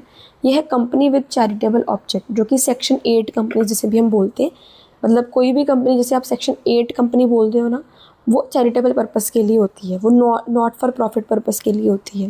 ये बहुत कॉमन है कि हम इसे सेक्शन 8 कंपनी बोलते हैं normally. The name of public company ends with limited. ये जो पब्लिक कंपनीज हैं, इनका जो नाम है वो लिमिटेड से ख़त्म होता है। प्राइवेट कंपनी का प्राइवेट लिमिटेड से ख़त्म होता है। हम ये कह रहे हैं कि पब्लिक कंपनी का नाम लिमिटेड से ख़त्म होता है, प्राइवेट कंपनी का नाम प्राइवेट लिमिटेड से ख़त्म होता है। लेकिन जो सेक्शन 8 कंपनीज है can be registered without using these words, और रजिस्टर्ड भी हो सकती हैं बिना इन वर्ड्स को यूज़ करे, मीन्स ना ही प्राइवेट लिमिटेड ना ही लिमिटेड अपने नेम में। It is subject to statutory condition, ये भी एक कंडीशन है सेक्शन 8 कंपनीज के लिए। अब क्या कंडीशन है सेक्शन 8 कंपनीज के लिए? The company must have object such as promotion of commerce, art, science, sports, education, research, social welfare, religion, charity, protection of environment, similar useful objects. ये जो काम है ये किस किस टाइप का काम कर सकते हैं? कॉमर्स को प्रमोट, मीन्स लोगों को नॉलेज प्रोवाइड करनी, लोगों में स्किल्स देनी, आर्ट उन्हें प्रोवाइड करनी, लोगों को साइंटिफिक नॉलेज देनी, उनको काम सिखाना, ठीक है। फिर स्पोर्ट्स को प्रमोट करना, एजुकेशन देनी, रिसर्च को प्रमोट करना, सोशल वेलफेयर करना, रिलीजन को प्रमोट करना, चैरिटी करना, प्रोटेक्शन, इन्वायरमेंट को प्रोटेक्ट करना, और कोई यूज़फुल ऑब्जेक्ट को करना। ये जो सारी चीज़ें कर सकते हैं सेक्शन 8 वाली कंपनीज, यानी चैरिटेबल कंपनीज जो कर सकती हैं, कंपनीज विद चैरिटेबल ऑब्जेक्ट वाली, नॉट फॉर प्रॉफिट, ये सारे काम कर सकती है। 2 वेरी इंपॉर्टेंट कंडीशंस, 2 बहुत इंपॉर्टेंट कंडीशंस है सेक्शन 8 कंपनीज के लिए। वो है application of profit, no dividend.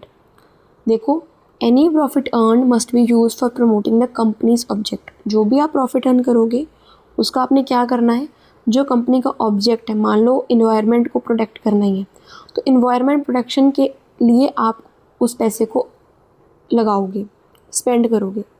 फिर है no dividend, the company can't pay dividend to its member. जो उसके ओनर्स हैं उनको वो डिविडेंड नहीं दे सकते हैं। सिंपल सा मीनिंग ये है, सेक्शन 8 जो कंपनीज हैं वो अर्न करती हैं, फिर उस पैसे को अपने ऑब्जेक्टिव के ऊपर ही लगा देती हैं। जिस ऑब्जेक्टिव के लिए, जिस ऑब्जेक्टिव से उन्होंने कमाया होता है, उसी ऑब्जेक्टिव के ऊपर वो पैसा लगा देती हैं और doesn't distribute profit as dividend to its member. अब क्या लीगल स्टेटस है सेक्शन 8 कंपनीज़ का? कुछ तो लीगल स्टेटस भी होगा। वंस रजिस्टर्ड, जब ये रजिस्टर्ड हो गई होंगी, फिर चाहे प्राइवेट हो, पब्लिक हो, प्राइवेट कंपनी हो, पब्लिक कंपनी हो, it becomes a body corporate. ये बॉडी कॉर्पोरेट बन जाती है, जिसकी सेपरेट लीगल आइडेंटिटी होती है, इसके मेंबर्स अलग होते हैं और ये खुद अलग होती है। मेंबर्स रहे ना रहे ये तब भी चलती रहेगी, मीन्स इसमें परपेचुअल सक्सेशन भी आ जाता है। It can also use a suitable name such as club, chamber, society, association. ये कुछ ऐसे नाम भी यूज़ कर सकती है जैसे कि क्लब हो गया, chamber, society, association. Subject to applicable requirement, बस रिक्वायरमेंट के लीगली रिक्वायरमेंट जो है वो बस वो सेटिस्फाई होनी चाहिए, ये नाम यूज़ करने की उसको अथॉरिटी मिली होनी चाहिए legally. It can sue and be sued in its own name, वो किसी और को स्यू कर सकती है, वो किसी और के अगेंस्ट भी कोई उसे स्यू भी कर सकता है। सो एमर्जिंग टाइप्स की अगर आपको सिंपल रिवीजन दूँ, 10 टाइप्स करे हमने। जो स्मॉल कंपनी है, स्मॉलर एलिजिबिलिटी है उन कंपनीज़ की, उनमें कुछ रिलैक्सेशन रहती है। जो लिस्टेड कंपनीज़ होती हैं वो कंपनीज़ हैं जो अपनी सिक्योरिटीज़ को लिस्टेड करवाती हैं किसी रिकॉग्नाइज्ड स्टॉक एक्सचेंज में। फिर जो डोरमेंट कंपनीज़ हैं वो इनएक्टिव रहती हैं या फिर किसी फ्यूचर प्रोजेक्ट के लिए काम करती हैं, फ्यूचर प्रोजेक्ट के लिए एसेट्स बाय कर लेती हैं अभी और रजिस्टर्ड हो जाती हैं। फिर अनरजिस्टर्ड कंपनी, वो सारी बॉडीज़ जो अनरजिस्टर्ड हैं लेकिन वाइंडिंग अप का प्रोसेस करेंगी, मीन्स वाइंडिंग अप की प्रोविज़न है, वाइंडिंग अप के समय में वो अपने लाइबिलिटीज़ को भी पे आउट करेंगी और साथ ही में अपने अकाउंट्स को भी बंद करेंगी, यानी बिज़नेस को प्रॉपरली बंद करेंगी। ये नहीं बंद अब हमने छोड़ दिया तो ऐसे ही छोड़ के चले गए बिज़नेस को, कल को आपका अकाउंट कहीं पे खुला हुआ है, नहीं, आपको सब कुछ बंद करना पड़ेगा। मतलब ये है अनरजिस्टर्ड कंपनीज़ में भी वाइंडिंग अप की प्रोविज़न है। फिर पब्लिक फाइनेंशियल इंस्टीट्यूशंस, ये फाइनेंशियल इंस्टीट्यूशंस हैं जो सेक्शन 2 सबसेक्शन 72 में रजिस्टर्ड हैं। क्या है? सेक्शन 2 सबसेक्शन 72 में रजिस्टर्ड हैं। फिर इलीगल एसोसिएशन, इलीगल एसोसिएशन वो प्रॉफिट मेकिंग एसोसिएशंस जो ज़्यादा मात्रा में काम कर रही हैं, जिस वजह से मेंबरशिप, प्रिस्क्राइब्ड मेंबरशिप वाली प्रोविज़न को वॉयलेट कर रही हैं, फिर वो इलीगल करा रही है इस वजह से। फिर है प्रोड्यूसर कंपनी, ऐसी कंपनी जो हमने फॉर्म करी है प्रोड्यूसर मेंबर बेनिफिट के लिए, हमारे प्रोड्यूसर, हमारे मेंबर्स हैं जो प्रोड्यूसर भी हैं, उनको बेनिफिट प्रोवाइड करने के लिए जो कंपनी बनाई उसे प्रोड्यूसर कंपनी बोलते हैं। गवर्नमेंट कंपनी वो कंपनी जो किसी भी कंपनी का 51% ऑफ पेड अप कैपिटल कम से कम होल्ड करके बैठी है।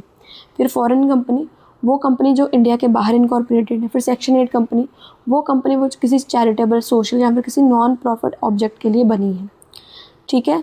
स्मॉल कंपनी का जो मीन्स स्मॉल कंपनी उसकी ज़्यादा से ज़्यादा 2 करोड़ तक पेड अप कैपिटल हो सकती है, और टर्नओवर यानी सेल्स की बात करें तो ज़्यादा से ज़्यादा 20 करोड़ तक हो सकती है।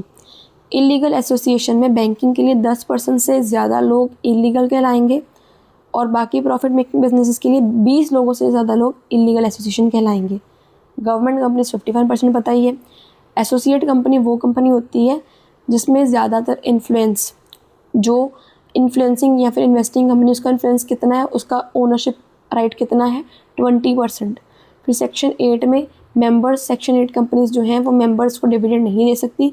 फॉरेन कंपनीज़ बाहर इनकॉर्पोरेटेड होती हैं और बिज़नेस में इंडिया में थोड़ा सा एक्टिविटीज़ करती हैं, बिजनेस प्रेजेंट होता है उनका इंडिया के अंदर। एंड विद दिस फाइनली हमारा ये जो चैप्टर है ख़त्म हो जाता है। Do not forget to like, share and subscribe. Thank you for watching.